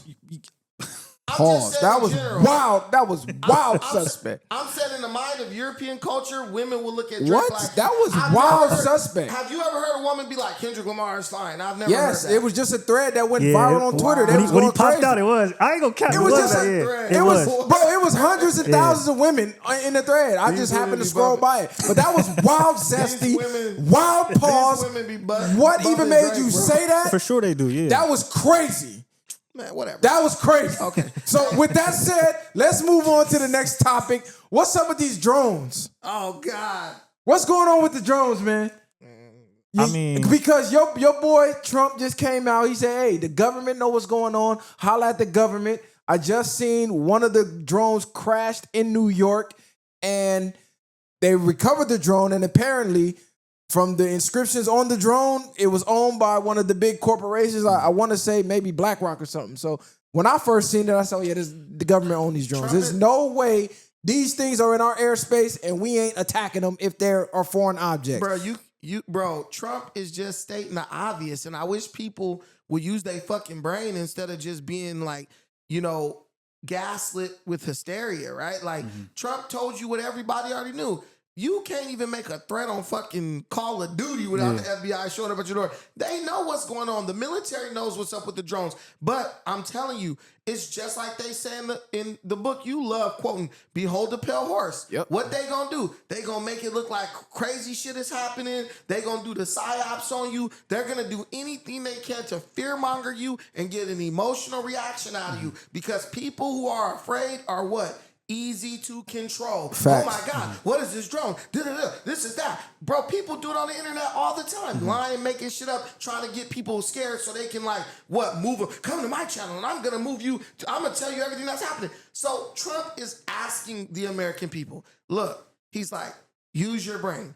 The government knows what it is. They won't let nothing that they don't know about be flying over this airspace. Ask them.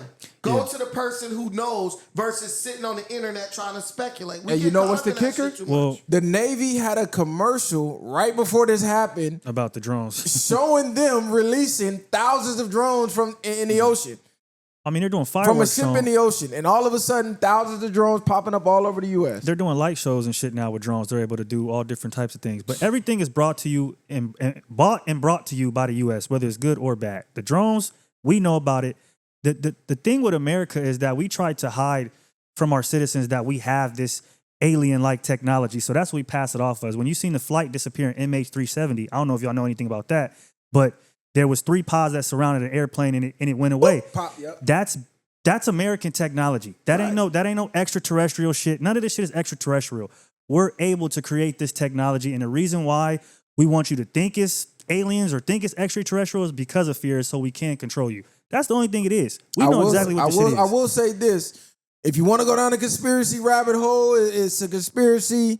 quote unquote, that, you know, the government is in contact with alien life forms or forms from another planet, and they made deals with them in exchange for the technology. So this is how they getting all this technology. But with the drones, I mean, that's one of the rabbit holes. Imagine if, that's all I'm saying. Imagine if we really knew for real, like multiple people knew for real, and it registered seriously that there are no extraterrestrials, that everything is operated by humans. How bold motherfuckers would be. Like, I think that is a reason why we don't break out, or we don't protest, or we don't do as many things as we could, is because we are afraid of a certain type of afterlife. We're afraid of this extraterrestrial technology. When, if you really look at it, if we creating it, then what is there to be afraid of? There's nothing to be afraid of if we know we're the ones that created it. We're really just creating this out of like thin air? To me, it's a distraction. Wherever the drones are, I say look the opposite way, because that's where shit's really going on. They putting this big light show in the air. You just had Elon Musk saying, hey, the military is going to be all drones. Anybody that's still flying a ship or flying a plane, as far as like a human in it, you're going to be decimated in seconds. The military is going to be drone on drone. They already using drones. You've already seen videos all over Twitter and YouTube of soldiers being blown to smithereens by fucking drones. You got drones pulling up with pistols and they be able to shoot guns. Like, this is the future. This is the technology they done had for probably decades, and they just now rolling it out, just now revealing it. Bro, it's like, dude, humans are capable of like amazing things, bro. Like, right now we on the internet. You can't see that shit. Yeah, we can send a signal that you can't see to across the country, and it come up on that side. If you had told people that in like 100 years ago, they would think you were doing witchcraft, nigga. They'll kill you. What are you talking about? Dude, the United States has to downplay what they're capable of. Because if we knew, there's no way, we'll sit up and get scared. Russia has hypersonic missiles. Bro, we spend 10 times what Russia spend on military. They can zoom into your phone when you're on the street. So do you think, honestly, this country spent $800 billion on military defense, and this country spent $100 million or $500 million? Nowhere near. There's nowhere. They don't got shit that we don't got, that we can't. We're working on the thing, the little rail gun. That's the, like, it's basically a laser, and they can like, you just shoot it and then move it and it just blows shit up. Like, Hawaii. Well, you go to the National Spy Museum even in Allegedly. DC, you'll see. So what I'm saying is, the drones are controlled by the government. The government knows what's going on, but the government knows if they simply don't disclose that information to you, they can use that to control you. What do you believe the purpose is? The purpose is us being us. They already have control, so it got to be more than control. They already have complete control. They lost. They didn't lose any control. They got complete control. I don't know exactly what it is, but America and the government, what they're doing is playing as a middleman between us and, again, the extraterrestrial technology. And that's what they're saying, that we know what it is or we don't know what it is, but we're able to communicate with them, and that's why you should listen to us. If that wasn't there, imagine if you knew, I could just open this door right here and be to exactly where I need to be and know everything. We would think of something. So look, we have extraterrestrial technology, or that's what we think the drones are. The only people who really have the knowledge on it is the government. Therefore, we think the government is smarter than us, that they have capabilities that maybe we don't or we can't get to. If we were to find out that human beings were the ones that were making these things, like I said, if you just realized it was on the other side of the door, how would you react? How would you think people would move? Would they move in as much fear as they do now? Do you believe that they are smarter than us? Because, I mean, being smart is only having knowledge and being able to apply it. So if they have more knowledge than us, technically that would make them smarter, because they know what we don't know, which is why they keep things classified, because that would put you on an even scale with them if you had the same knowledge that they had and you could apply it in real life. And citizens could apply it in real life the same way they're doing. Why haven't aliens visited us? Who said they didn't? But this is the thing. But who said they didn't? Maybe they do, but when you say they and all this stuff, what people don't realize, like, if you really just open your brain up and look at the situation holistically, the government is made up of individual people. Right. And at any moment, an individual can say, I don't like this, fuck them, I'm telling everything. This always happens. So when you think, even when they were talking about like the laptop from hell, right? Mm-hmm. What happened? The FBI took the laptop, they disappeared the laptop, so they thought nobody could get it. All of a sudden, all these motherfuckers coming out with downloaded files. We didn't copy it, we didn't did this, we didn't did that. Damn near every congressman had a copy of that whole laptop on a hard drive, right? Why? Because no one is really on anyone's side. Everyone is just doing what they got to do to protect their own interests. This is why I'm telling you, with cell phones and all this shit, if there was anything like this running around, somebody would have exposed it. Because why? If you expose it, now everyone wants to talk to you. Everyone wants to, what do you know? You know, and there's usually more than one person who knows. These people usually get something and pass around to 10 people to protect themselves. I don't think the government is smarter than the people because the government is made up of people. They just have more of a budget to make a production. They just have more of the budget to make a production, and they have more money to incentivize people to be quiet. Mm-hmm. But they are also firing people every day, fucking people over every day, and that's why they have NDAs, non-disclosure, all this stuff, because they're firing people. Look, you could be in the highest level of the government, and you do something wrong, nigga, you're shit can, you're gone. They are just one fuck up away from people cracking shit wide open. So I don't really think the government is that intelligent. I think they're that intelligent. And I also don't think that the government has as much control over people as a lot of people think. For example, the government literally can fall apart in a day. If people in America just like, man, we gonna ride, we going straight to the White House, we fucking everybody up. Right. There's nothing the government could do. That's why they give and they take. They let you feel like you gained a little ground, and then they go take it slowly. This is the Articles of the Prince, all these damn books. That's what they talk about. Every government that was ever overthrown, do you think that if they had the ability to say, you know what, we can hit a button and stop everybody, they would have done that. But once the people turn against you, there's no way you can push back against them, because usually when the people turn against you, the people who've always hated you, who are on your level, they're going to try to side with the people so they can be in your spot when the people get rid of you. I think a lot of these things are tied into, to me, on a deeper level, humans' innate will to live. Like, if you knew what the afterlife really was, if you knew if there were aliens or not, that would solve if we were the only ones actually here.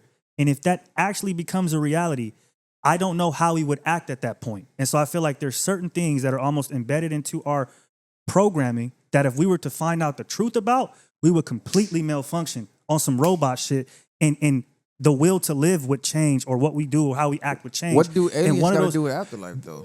Aliens have to do with afterlife because, again, people are thinking that we have something to do with technology, that maybe they created us. So then there is no heaven, there is no hell. This is sort of a simulation that's electronic, or technology has created us. So there's that route. You get what I'm saying? Either way, it's a form of control. But what I'm saying is, imagine if you knew that, or you knew that there was no aliens, or there is no God, or all those things. And the only thing that's getting in the way from that, if you think about it, is the government. That's it. That's the only thing. People act the same fucking way because, look, people know they eat bad food and do shit, they'll die. But they like, look, this fucking hot dog, this donut, this burger, I want this right now more than I care about having a heart attack in 5 years. And they'll have a heart attack and still keep doing the same shit. At the end of the day, humans have free will. But as long as you have free will, no one can control I disagree with what you say that the government don't have control. They have complete control. They got so much. What do y'all think humans they have so would do? much control. People will fight you for trying to fight them. If fucking 2020 didn't show you how much control they got, I don't know what else will. 2020. I don't want to say it. I don't want to say it because we already got deemed for medical misinformation. But everybody knows what happened in the world in 2020. And everybody knows the facts that's rolling out after the fact, showing that all the conspiracy theorists were right about a lot of that shit. And which is why you can't even say it on YouTube. Or you get demonetized and get your channel banned. They got complete control, bro. Ultimately, nobody kicked your door in, pinned you down, and did it. They might have scared you to the point where you questioned your own reasoning. I'm not logic, arguing that. I agree with that. But it was still a choice. You still walked in and got that done. You actually made an appointment. Yeah, or they don't drove force your you car. to do I'm not even arguing that, though. And guess what? The people who didn't want to do it right now, those people are being exonerated. I might be the only one up here who did. Those people were able to choose to not do it, and they're still alive. Nothing bad happened to them. Nobody came in, disappeared them, nothing like that. What they try to do is they try to, it's like training a dog. You can't really make a dog do nothing it don't want to do, because if you abuse the dog, right? The dog shut down. He freeze. He won't do nothing. It don't matter if you kick him, hit him, burn him. He gonna be so paralyzed with fear, he's not gonna move. You have to coerce. You have to get the dog to want to do that. We're arguing two different things. No, we're arguing the same no, thing. we're It's not. training.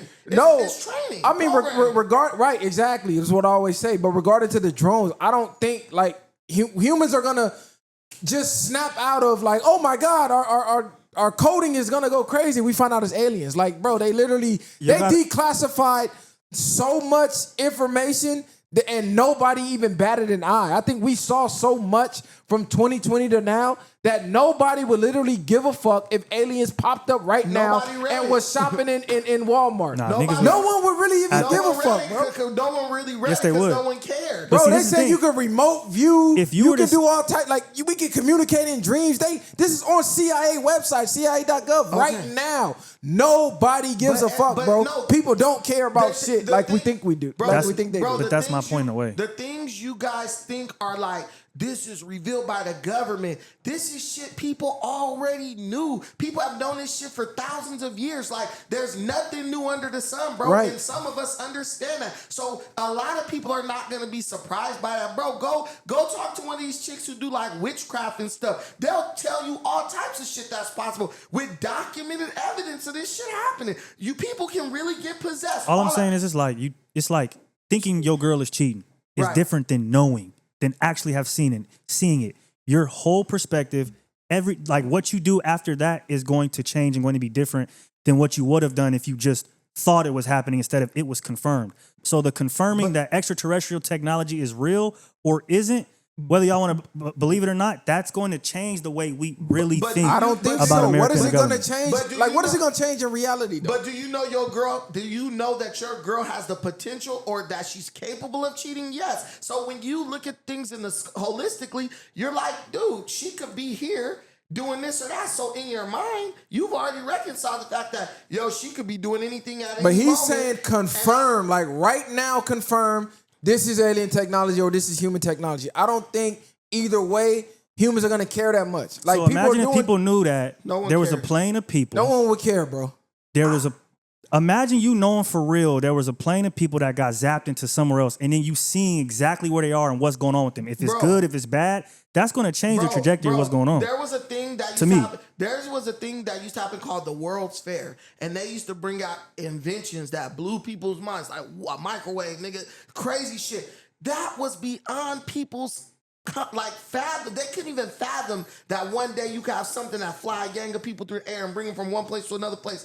But when they found out about it, they didn't freaking lose all sense of themselves and go hysterically mad. I don't they think just so. said, this is new technology, and we've been introduced to so much new technology. All niggas really gonna think is, when do I get to get it? This is the thing, but this is the thing. So many people already believe they already have all this technology decades in advance. It's not going to be a shocker. And we've been getting soft programmed via television and movies. No one's going to be shocked like you think, What bro. I'm trying to tell y'all is average humans, all we've gotten is TV and cell phones. As advanced as y'all think those are, it's not advanced. And when you actually see something that one of these defense contractors that operate outside of the government has, it's going to blow your mind because it's something that regular humans have not seen. But this is the thing. Most of the UFOs is government technology. It's not really like some fucking alien. They're just It's unidentified. classified, unidentified government technology that we already have that citizens don't know about. Well, we think that, but I'm saying most people are under the influence of it being an unidentified flying object. Or Well, whatever. that's what it is. Bro, unidentified. It doesn't But from necessarily somewhere mean else, an though, not alien. from America. Bro, you said a cell phone and a TV. Nigga, you know they got nanites and shit that It's can crazy. attach to a fucking cell. You and have that. kill You have cancer. you have that. The No, medical you science, have that, and you operate that every day. medical science. Wait, what I'm telling you is Go ahead. that you have no need to operate that every day because you wouldn't even understand how You to have no operate need it. to operate But a what UFO. But if you got cancer or you got some disease that needed to use nanites to come in and fix you, they could use that to help you. So it does exist. It's not the most out of this world thing. There's technology we haven't even heard of. Right, you couldn't even that, fathom. That the government is using every fucking day that we couldn't fathom. So That's what I'm saying. So what- we're already conditioned to find out things that we never knew existed. So when that happens, it's like, oh, we're curious human beings, are curious by nature. I So don't when think we found out anything yet. Me personally, I was just thinking about this in the shower the other day. Like we You just talked about your cell we phone. don't really know. We don't really know anything. When you really sit here and think about it. Well, if that's the case, no one knows anything. I mean, I'm just saying, like, from if we're speaking like that, we only know what everything's been put in front of us. Bro, That's it. Okay, think about your iPhone. Before This we is had not that. Before we had cell phones, if you drop one of these in the public and me and you FaceTime, you was on the other side of the world, how much hysteria do you think really would have went on after the initial shock wore off? Again, we're comparing a cell phone to something that can transport humans to a different dimension. So that's what that's what I'm talking about. MH370. I'm talking about the drones that are emitting plasmoids. That is, bro, like it's not average human things that we're gonna sit here and be like, Bro, they oh, just that- had. it's There's not. already things that could do that. There's something that could put a camera on you and make you pop up there in 12D. But what I'm 3D, saying, that's dimension. we just had two humans communicate in a dream, documented. Nobody gave a fuck. Shit happens. And I saw Like, that. what are we talking about? It's not that shocking. It's all That- about We're already conditioned, Y'all bro. not get what I'm That's saying. telling you. That is not that is on the level of having an autonomous vehicle. It's not, Bro. This is not life. That's not life Me altering and shit.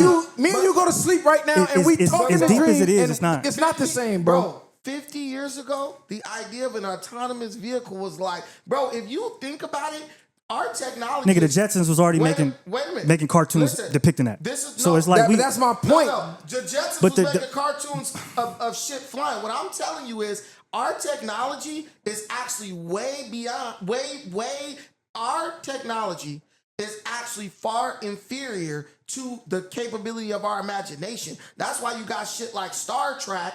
Niggas watch the show. I love Star Trek. Mm-hmm. Star Trek has technology, imaginary technology, that is way beyond anything. I don't we think produce none now, of that and it is was made in the imaginary. 80s. That's. But this is my thing though. Bro. I don't think any of that is imaginary. Because really sit down.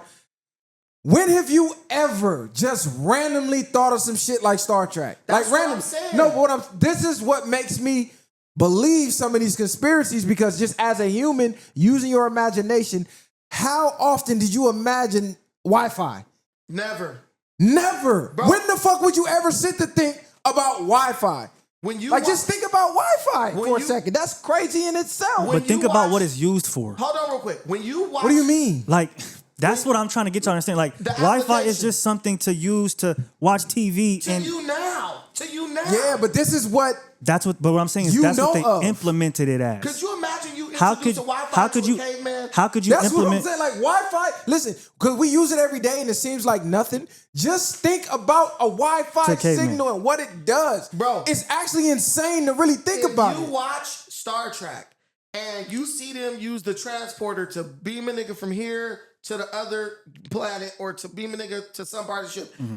If we do create that technology And you it probably experience it, it's gonna be a whole probably- different no, feeling. Listen, if you That shit already exists. People gonna be like, Yeah, I probably. knew they were gonna eventually figure out a way how to do that because our imaginations can get there. Wherever our imaginations can go, we will not be Niggas go- surprised. Listen, wherever our imaginations, I think it's this might be a predictable. quote. This might be a quote. Wherever our imaginations can take us, Mm-hmm. we'll never be surprised once we actually get there because we've already imagined those things. Like when you imagine yourself getting some pussy, when you came up on some pussy, you wasn't like, Nah, oh my but God. this is what I'm saying though. the human mind can only imagine so much. Your mind has to be introduced to something. There's no way you're gonna sit there and tell me Frame of reference. somebody just sat back, thought of the fucking Jetson in the 80s. Oh, flying car. Like, come on, cuz. Like, we were riding on horses and shit, gang.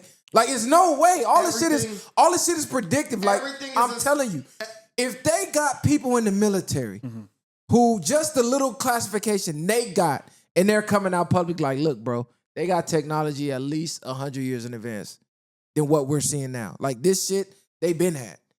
They're just introducing it to you because, number one, they can make money off of it. Number two, it's the power to control over the people. Why would they just dump out all the technology they got to the public? If I can funnel this for the next 100 years and make you a year buy a new one of these for $2,000, and millions of y'all gonna buy that shit. Well, it's this saying, technology is the son of nature, right? Mm-hmm. Everything we created is already existing. We've just scaled it up. That's it. Like, if you look at the niggas who invented the airplane, what was the first people? Galileo. What was he imitating when he first started even thinking about like hot air balloon? No. Birds. He was looking at birds. He was looking at bats. Like that jet they made after the bird with a light skeleton, a hollow skeleton, right? That's what birds have. If that thing can fly through the air, right? If I make something that's relatively light, right? And I get enough air going under it, that thing can fly. And that's how airplanes operate. They drive fast till they get enough air underneath it, and then it creates lift, right? And relative to the amount of air underneath it, it can carry this big 1,000, 2,000 pound airplane or whatever it weighs. So let me ask y'all this then. With the drone shit, are y'all like familiar with Project Bluebeam? Yeah, I know about that. Okay, so do you think that this is going to introduce that where they're going to fake this Return of the Messiah, and they're gonna have people thinking God or Jesus came back? I think if people saw that at this point with technology, if people saw that shit, the first thing they would think is this is some type of bullshit with some drones. Let's think our kids. No, but let's think how much of a chokehold religion has on people. This is what I'm trying to tell y'all. If they see the Messiah and this shit looks realer than real, this is what I'm trying to tell y'all. Like, bro, people gonna believe that, bro. This is what I'm trying to tell y'all. Imagine if humans, if you, because we tapped in, but imagine every normal person realizing that maybe there is Project Bluebeam, there is no aliens, there is no Messiah. We just doing all of it. That's a mind fuck, bro. Niggas have been raised from 20, 30, from 0 to whatever they are with these certain standards that we have of what we believe. Bro.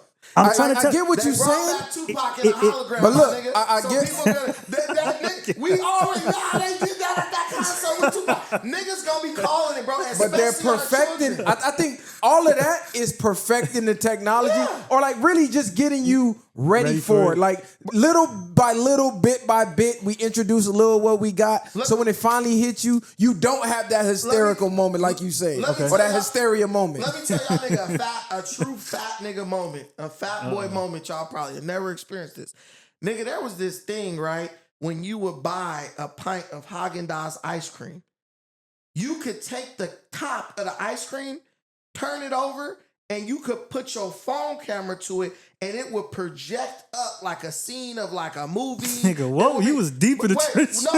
No, I kid you not. You just put what level of obesity do you gotta reach for this? I told you this. You have to be a certain weight class to access this feature. Niggas treasure hugging ice cream. It don't have that. I told y'all it's a true fat boy. It could fucking detect the fat in your fingers. Like, yeah, you could access this. It's a true fat boy moment. Ain't no way, bro. You could literally you could point your phone at the damn top of the Haagen-Dazs top, and it will project up an image, and it'll be like a ballerina spinning around. What? Bro, he was in a food coma. Look, imagining this. This shit ain't never. I never ever. What commercial y'all ever seen of this? This look. See what I'm talking about? Your imagination. Right. This is a fat shit he's thinking of right now because this shit don't exist. It do exist in his fucking mind. It do exist. I think it was in a food coma. But look, I'm telling you, Project Bluebeam, stay woke. Do not fall for none of this. Yeah, we almost there. I'm trying to get us there. I'm trying to get us there. Project Bluebeam, stay woke. If you see the return of the Messiah, it's these motherfucking drones. Allegedly, don't fall for this shit. That's all I'm saying. Hey, but look, Travis Hunter, man. Oh, yeah, we can get in there. Hold on. No. Look at this. This was it. What?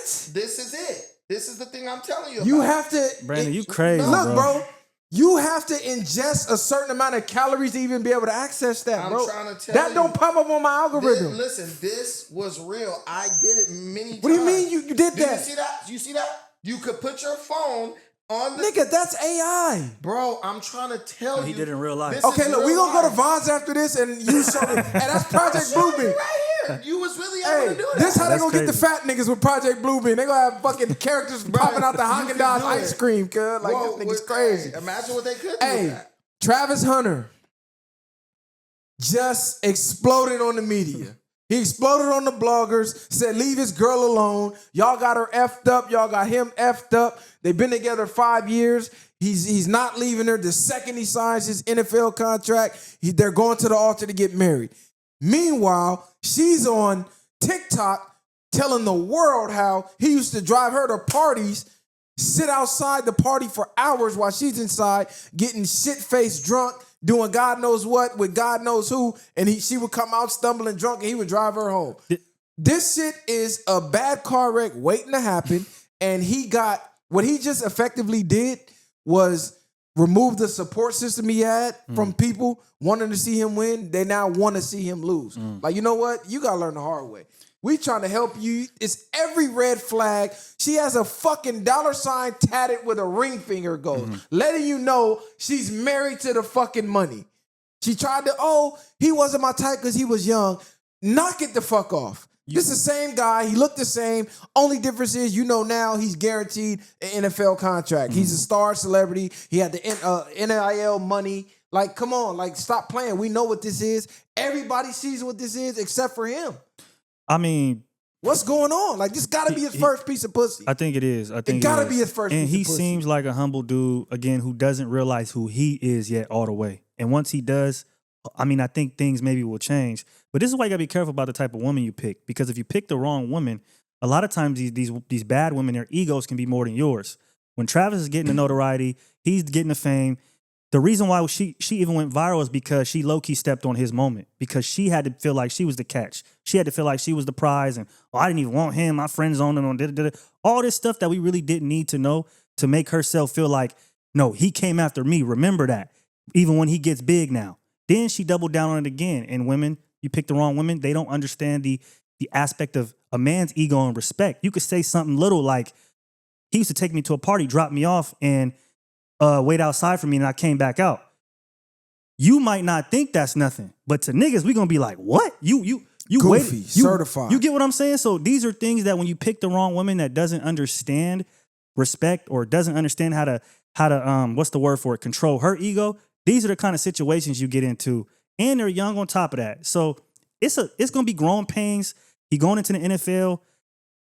I'm a low-key SAG offer though, because when them girls start making them videos like that, they obviously she's in a bad place. You could tell she's not doing well. They young. If he lose it or if they break up, whatever, he got to learn it the hard way at this point. Us keeping the pressure on him is only going to make him fuck with her even more at this point to try to prove to niggas that he didn't make the wrong decision, to me. Bro, like, at the end of the day, like, we don't know what, like, she's feeling vulnerable. She's in a vulnerable situation. Everything that she is at this point is being defined by this dude. She's with a person who his achievements totally eclipse her. She's basically nobody at this point. Yeah. And when you attach yourself to somebody who's famous like that, you got to kind of do everything you can to kind of make yourself somebody in your own mind. Because basically for the rest of her life, or as long as she stay with bro, every waking moment of every day, she will be eclipsed by who he is and his achievements. Poor her. On top of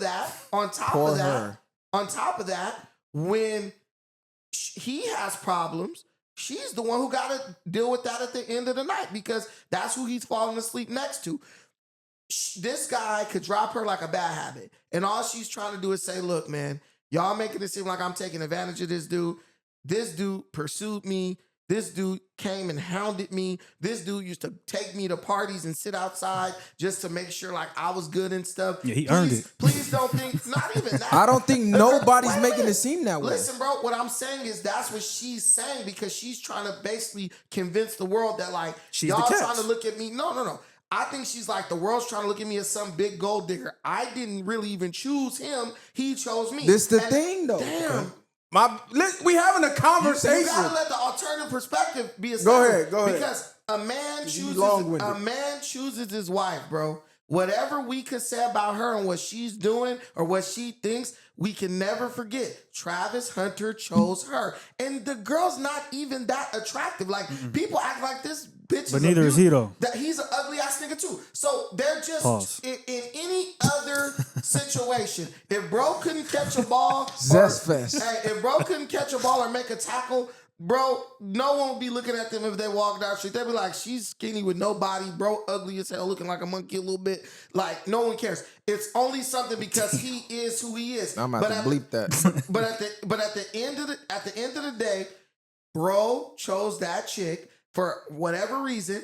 And if he feels like he wants to be dumb as fuck and crash out with this chick and put her in a position to take him for everything he got, this dude's out there doing that who ain't got a quarter of what Travis. Bro, but my only thing is I'm cool with, because again, a lot of niggas at his age is gonna preach the opposite, right? Fuck a bunch of bitches, do all that. And as you get older, I think you learn the importance of one woman, in my opinion. So I commend him for that. But I think that he's not jaded enough yet to understand that, like, it could go there or it could go wrong. And you need to know that as a man to not be able to put all your eggs into one basket. To me, he's making it, he's laying out the plan for her already. Like, all she got to do at this point is just act the part and he going to take her to the promised land. He already saying it. So he's not giving any like, what's the word for it? Pushback or mystery or competition for her. Nothing. He's just making it easy. As soon as I go to the league, I'm gonna marry you. She don't really got to do nothing else or worry about nothing else. Look, bro, let's keep it in. real, bro. You sitting here trying to act like the world just came down on her. No, she jumped online, opened her fucking mouth, basically made him look like a fucking fool to the world when she was supposed to just be sitting back, shutting the fuck up, looking cute, and supporting him. She put herself in this predicament, doing the things she did online. Bro sitting here getting the Heisman, the whole room stand up. She's sitting here looking down at the phone. Dion gotta get your ass up. She's sitting here, he's taking pictures with his fans, and she's sitting there like this pouting, where in between pictures, he smiled. Oh, baby. So, like, come on, bro. No, bro, I'm not giving, hell no. She explained it. I'm not giving no passes. I don't give a fuck what y'all talking about. There's no passes. This man said it's a conversation, but trying to look. At the end of the day, she's right. She's damned if she does. She damned if she don't. If she would have jumped up, she's trying to make it about her. If she stays seated, look, she's not showing respect. This is the nature. Hell no. This is the nature of the mob. What are you talking about? This is I'm explaining it. This is the nature of the mob in the peanut gallery. She'll never be able to satisfy the crowd. And she's young. You guys realize, nigga, we're 40, nigga. Like, we understand. I'm not 40, nigga. I'm not 40, so I don't know what the fuck you talking about. What I'm saying is we're closer to 40 than freaking 30 at this point. So we understand that this girl is in her 20s. It's crazy. This girl's like what you talking about? How is she? 20 years old, 21 years 21 old? something Whatever, like that. bro. She's a young girl. You could take most. Bro, if you've ever been around young women, there's young women who don't even like to eat in front of people, bro. Like, I don't eat out because I don't like to sit at a table. Another thing I think, what too, do that got to do with jumping online, telling the world, yeah, my boyfriend used to drop me off to parties so I can get drunk. He would sit outside like a fucking goofy and pick me up. Read the fucking room. And there's no way you're going to tell me nobody's in her ear coaching her like, look, you're fucking up. Shut the fuck up. This is how you play your position. There's no way you're about to convince me that no one is sitting in the back telling her. Well, they thought that video was going to be a good idea, and it's not, because what's going on is what was going to happen. They're picking every little piece of the video apart. She shouldn't have responded. None of us know what type of inbox message she's getting, email she's getting, hate mail she's getting, and she says she's trying to say that because she's trying to basically tell people, I didn't ask to be in this situation. But you gotta, bro brought me into this situation, and now y'all bleeding the fuck out. What did he bring her into? When you watch the new, fame, nigga. Like, what are you talking about? When you watch the new response get in front video, of the camera? Bro, did you listen to anything I just said? You're not making sense because everything she getting scrutinized for, she did. Listen. When he was at the game. This is basic English. If this you don't nigga understand, is not listening. It's a you problem. You don't understand how, bro, we got, like, you got a YouTube channel. It's not that huge. I got a YouTube channel that's not that huge. I know you get hate mail. I get hate mail. I've gotten death threats, all types of shit. Could you imagine her being on that stage? You know how many angry, bitter black females is probably going after her? You know how many angry niggas that just don't want to see a black athlete with a white light girl is going at her? You don't know what she wakes up to every day. And to even assume that and make a judgment off of not knowing, that's not right to do, and that's not what I'm going to do. She did what she thought would help people understand. I didn't ask to be here. I'm with him. I support this dude, whatever. He brought me here. Now y'all... Bro, what I'll say is this. The problem that I had with the response video is she threw him under the bus, I feel like, and maybe it wasn't intentional, but she kind of used him as a scapegoat to get the negative publicity off of her. Like, she brought up how she left him in the DMs for 2 to 3 months not because she friends on him, but because he had a girlfriend. So she was like, I don't like cheaters. He was cheating on his girl. Mm-hmm. How, you get what I'm saying? Right. Where does that have room in the conversation of you trying to prove how you're for Travis? There's a lot of things she could have left out, is what I'm saying in that video. Somebody went deep diving on her public profiles, and apparently before she got with bro, she had an OnlyFans. On top of all of these red flags, she had an OnlyFans. I don't know if she had videos up. Maybe she went back and deleted the videos, but she had an OnlyFans, and then something else came out where somebody was like, hey, you know she used to strip, right? And then I think her response was something like, nah, I was a bartender or something like that. Even better. So it's all type of red flags showing where this is gonna go. I mean, I don't have a dog in the fight. I don't give a fuck either way. It's a trending topic, so we discussing it. But all of that bullshit that you over here, oh my God, you should get in depth. No, nigga. She was making scenes at some of the biggest moments of bro's life instead of sitting back like a supportive woman and being his biggest supporter. She made it about her, which is why she got the public hate. Nobody in the public came out the blue and just started hating this girl for no reason. No, people saw him, wanted him to win, and they like, damn, why is this bitch acting like that instead of being a good, supportive woman? That's where the hate came from for her. But whatever she did, bro is okay with that. And you can't want more for bro than he want for himself, and that's the woman he chose. At the end of the day, I love that he's under Deion's tutelage, because one thing about Prime is Prime had all the females. You know what I'm saying?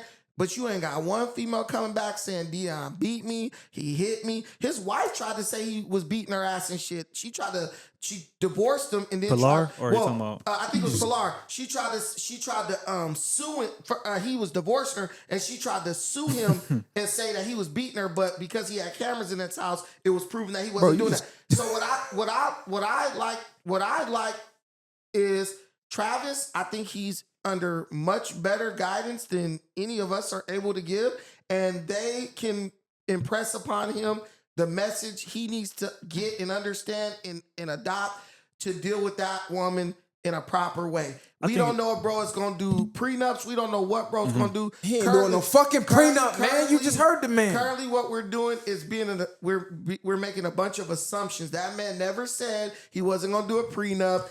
All he said was he was going to marry her when he signed his contract. But if Travis Hunter is as smart as I believe he is, because I think he's going to do a prenup? I believe he's a smart man, and I believe that at the end of the day, he's going to listen to Deion Sanders and Deion's going to tell him that over anybody. Or put everything in your mama name. Yeah, I don't think so.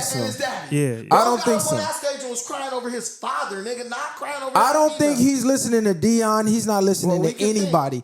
I believe this may be his first piece of pussy ever, because this is how niggas acted when they got their first piece of pussy. It's a fact, bro. It's a fact, This is how niggas acted when they got their first piece of pussy from a no good ratchet bitch. I was at the game every nigga day. in the hood told you, hey, bro, that bitch ain't no good. What did you do? You ready to fight everybody over this bitch. And this bitch is the neighborhood flip. But she gave you some pussy. You got stuck on the pussy until you found out for yourself. Hoes be cool. Oh, shit. This bitch really is a flip. And then that's where everybody's fucking villain story started. And then you start running through women. Then you start to learn women. Then you start to learn to pick up on the red flags. So, Travis, this is what you do. You're going in the NFL. You're going to be around some of the most beautiful women in the world. Upper echelon, a whole new world's about to unlock for you. Go and explore that. Go run through a couple 100 women. You feel me? Get your feet wet. If you still want to go back with her, if she go back I'm not with gonna her. tell him But that. bro, you have to experience life. Fuck what Kylie talking about. Bro is fresh out of college. You have not been with enough women to settle down with this red flag. She got a dollar bill tatted on her finger. She's married to the money, not you. Don't listen, bro. Don't be the next tragic story. Travis Hunter, whatever you do, He gonna have you in a tragic story. Whatever you do not listen to this dude right here. I'm telling you. Because look, Men need experience, listen, bro. nigga. Period. We're not women. We Young need black experience. athletes. This is one thing I'll say about this girl and him. We ain't got no rape allegations. We ain't got no bullshit coming out of that situation. That's why I commend As you. far as I'm concerned, as a college girlfriend, She's doing she's good with me, bro. Now, we don't know how that shit gonna go when they get into the NFL, when he get into the NFL and all that. But what I believe is that there are dudes who are way smarter than us or who have more experience with us than us in this situation. And one thing I know about Travis Hunter, he listens. He follows instructions. How do you know that? Because I look at his play on the field. You can tell he's Okay, listening. now let's You look at can his tell- play wait off a the minute, field. Wait a minute, bro. He's listening to Prime on the field. And a lot of times, coaches become like father figures to players like that. This man is one of the very few college players to go both ways. I mean, play every down of every game and only gave up one touchdown on the season. He's listening and learning from somebody. And I believe that Coach Prime has more influence over Travis Hunter than we think he does. And I think Travis Hunter falls right in that line with his son. Who do niggas listen to his more? sons. Let's be real. At his age, is he gonna listen to his dick or Coach Prime? Well, hold on, wait, stop. Well, that's a good question. Y'all niggas is so Actually, cap. I actually think when you put it like that, bro, probably Coach Prime. He don't understand. You know why? Hold on, No. because you can even take what's the movie we all love, Boys in the Hood. Yeah. When bro had his pops there, Yeah. he wanted to do certain things a certain way, but he always had his pops to tell him the right way to do things, and he mostly followed that. I feel like when you have a good masculine structure in your life, more than likely you are going to follow that. So I could see him following Dion. I could, but I also, because it seems like it's his first relationship, if Dion's advice might drive a wedge, he might resist that. Hold on, Bro. I'm gonna use what he said against him. Number one, why are we assuming Dion's giving him all this relationship advice with his Well, because he girl? calls it his son, and he's giving the team advice about how to handle promiscuous Two, social media stars and stuff like that. Dion had all the women, like he said. But So what makes you think Dion ain't gonna tell him, hey, bro, get out there, get your feet That's wet, true, too. get some experience under your belt. I know you think can't you love negate her. that, yeah. I know you think you listen. How old is he? He said they've been together 5 years. Okay. And So how old is he? I think he's like 21. Okay, so 22 do the maybe. math. Yeah. This is probably his first and only serious woman, and serious those 5 girlfriend. years is different from 22 to 27. Exactly, Yeah, that's bro. a He fact. does not have enough experience, bro. I'm telling you, especially the world he's about to enter, he has to go experience that now, because what's going to happen is he's going to go experience it later, and it's going to cost him later, Bro, as With her, opposed to yeah. now. That could be Fuck are very you well talking true. about? That could very well be Alimony, true. Child support? That could. Man, you out your goddamn It could mind. go either way. It could go either way. Men need experience with women. We're the opposite. Women need less experience dealing with different men. Men need more experience dealing with different women. It's just our nature. Bro. It's going to happen. Either don't- way, get it out your system now while it's free. Because you marry her, it's going to cost you. Because the TMZs, they're going to start exposing your ass. This is all speculation because we don't know what the fuck Travis Hunter is doing in Colorado. Bro could be fucking 10 white bitches a night for all we Man, know. come on, man. Come on, man. Dang, nobody interrupt you, but you always gotta My bad, because I don't like when niggas be capping. You could read a nigga's energy and know what he doing. Yeah, I don't think he's that kind of dude. He's not giving off that type of vibe, Listen, man. bro, we didn't think Kobe was fucking white chicks in the ass, but he was. So, nah. You didn't think that. Listen, This nigga was in the NBA. Hey, Come on, man. And that's what I'm saying. This dude is in college playing football with a girl who 100% dependent on him, and if she leave him, she ain't got shit. What do most niggas do? Whatever the fuck Milk they the want fuck to. out of it. That's a Hang fact. hang Hold on. But it depends Wait on a the nigga, minute. though. Wait a minute. Getting with him is the reason she gonna have shit. Bruh. Get that ring. She got right. everything. Can we please make this even resemble a podcast? Fuck. Like, What? No one interrupt you. The next person talk, nigga, you interrupting. Bro, Like, you interrupt the whole I shit. didn't say one word when you was over here talking about what the fuck is you talking about and all this shit. Go ahead. Like, all I'm saying Man, fuck off. all I'm saying is, bro running with Shadur and them boys look like they know how to have fun. They with their dad, they living their life. We don't know what's going on behind the scenes, and I believe Prime is gaming them dudes up. Like, if you gonna do something, do it like this. I hope so. He just showing them how to move like men, right? We don't know what she done been through with Travis Hunter. We don't know if she done been through a nigga phone, saw a nigga fucking bitches. We don't know none of that. And some dudes, what I experienced, some dudes will come out like all hard in protection mode for their girl when they know they done did a lot of shit to her and they done fucked her over a lot. So I'm looking at Travis Hunter. I think he's smarter than we give him credit for. I think he's under some good tutelage. A lot of niggas can't really speak on it about who they're gonna listen to because a lot of niggas just didn't grow up with dads in their life. So they think, oh, the females is that. But the people I know who grew up with their dad in their life, they listen to their dad. Nigga, like, my dad said this, woo woo. And I think Travis knows, like my grandma used to say, Travis Hunter know what side his bread is buttered on. He know who got him there. He knows who recruited him and got him to this point. And if you look at it, honestly, the only reason he got to where he is because of Prime. Because if you go to any other college under any other coach and be like, Coach, I want to play both ways, defense, they're like, get your ass over that receiver and shut the fuck up. Man, I can't take this simp talk, man. I'm sorry, I can't take this simp shit. Fuck what you talking about.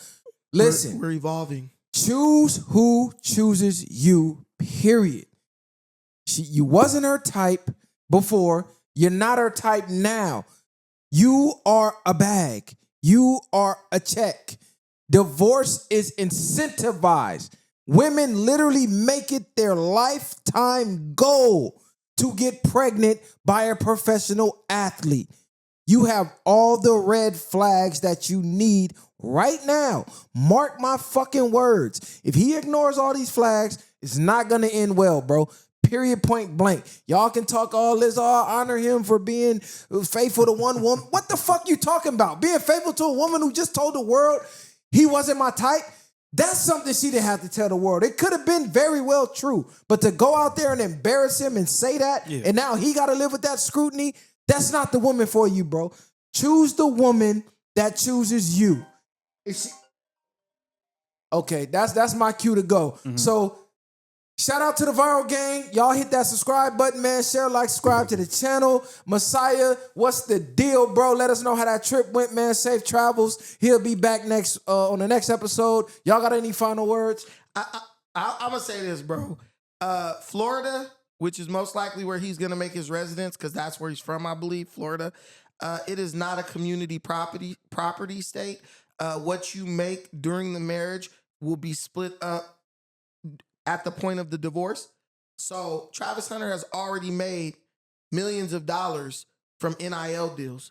So his NFL contract is probably not even going to be as much as he's made in NIL deals. So he's very smart, really, because what he's doing. Any final words? The topic was done. The show was over with. Oh, okay. I was giving you some juice, but all right, go ahead. Nah, go ahead. This shit a wrap. Niggas, no, I'm just kidding. Kylie got to get back in traffic, all type of shit. I see him looking at the clock like that nigga been ready to go. But go ahead. You any final words? I don't got nothing to say. You ain't got nothing for him, lover boy? It's a good one. Hey, look, mark my words. Y'all call me the villain, whatever. Mark my words. We out of here, man, the viral way. Ain't no handouts, I did it from the ground up. In the streets, thugging hardest where they found us. Got a problem, nigga, watch my troopers mount up. My bitch is bang too, and you a lame though. You niggas ain't outside, yeah, we came through. You want your lights up, we put you on the shade.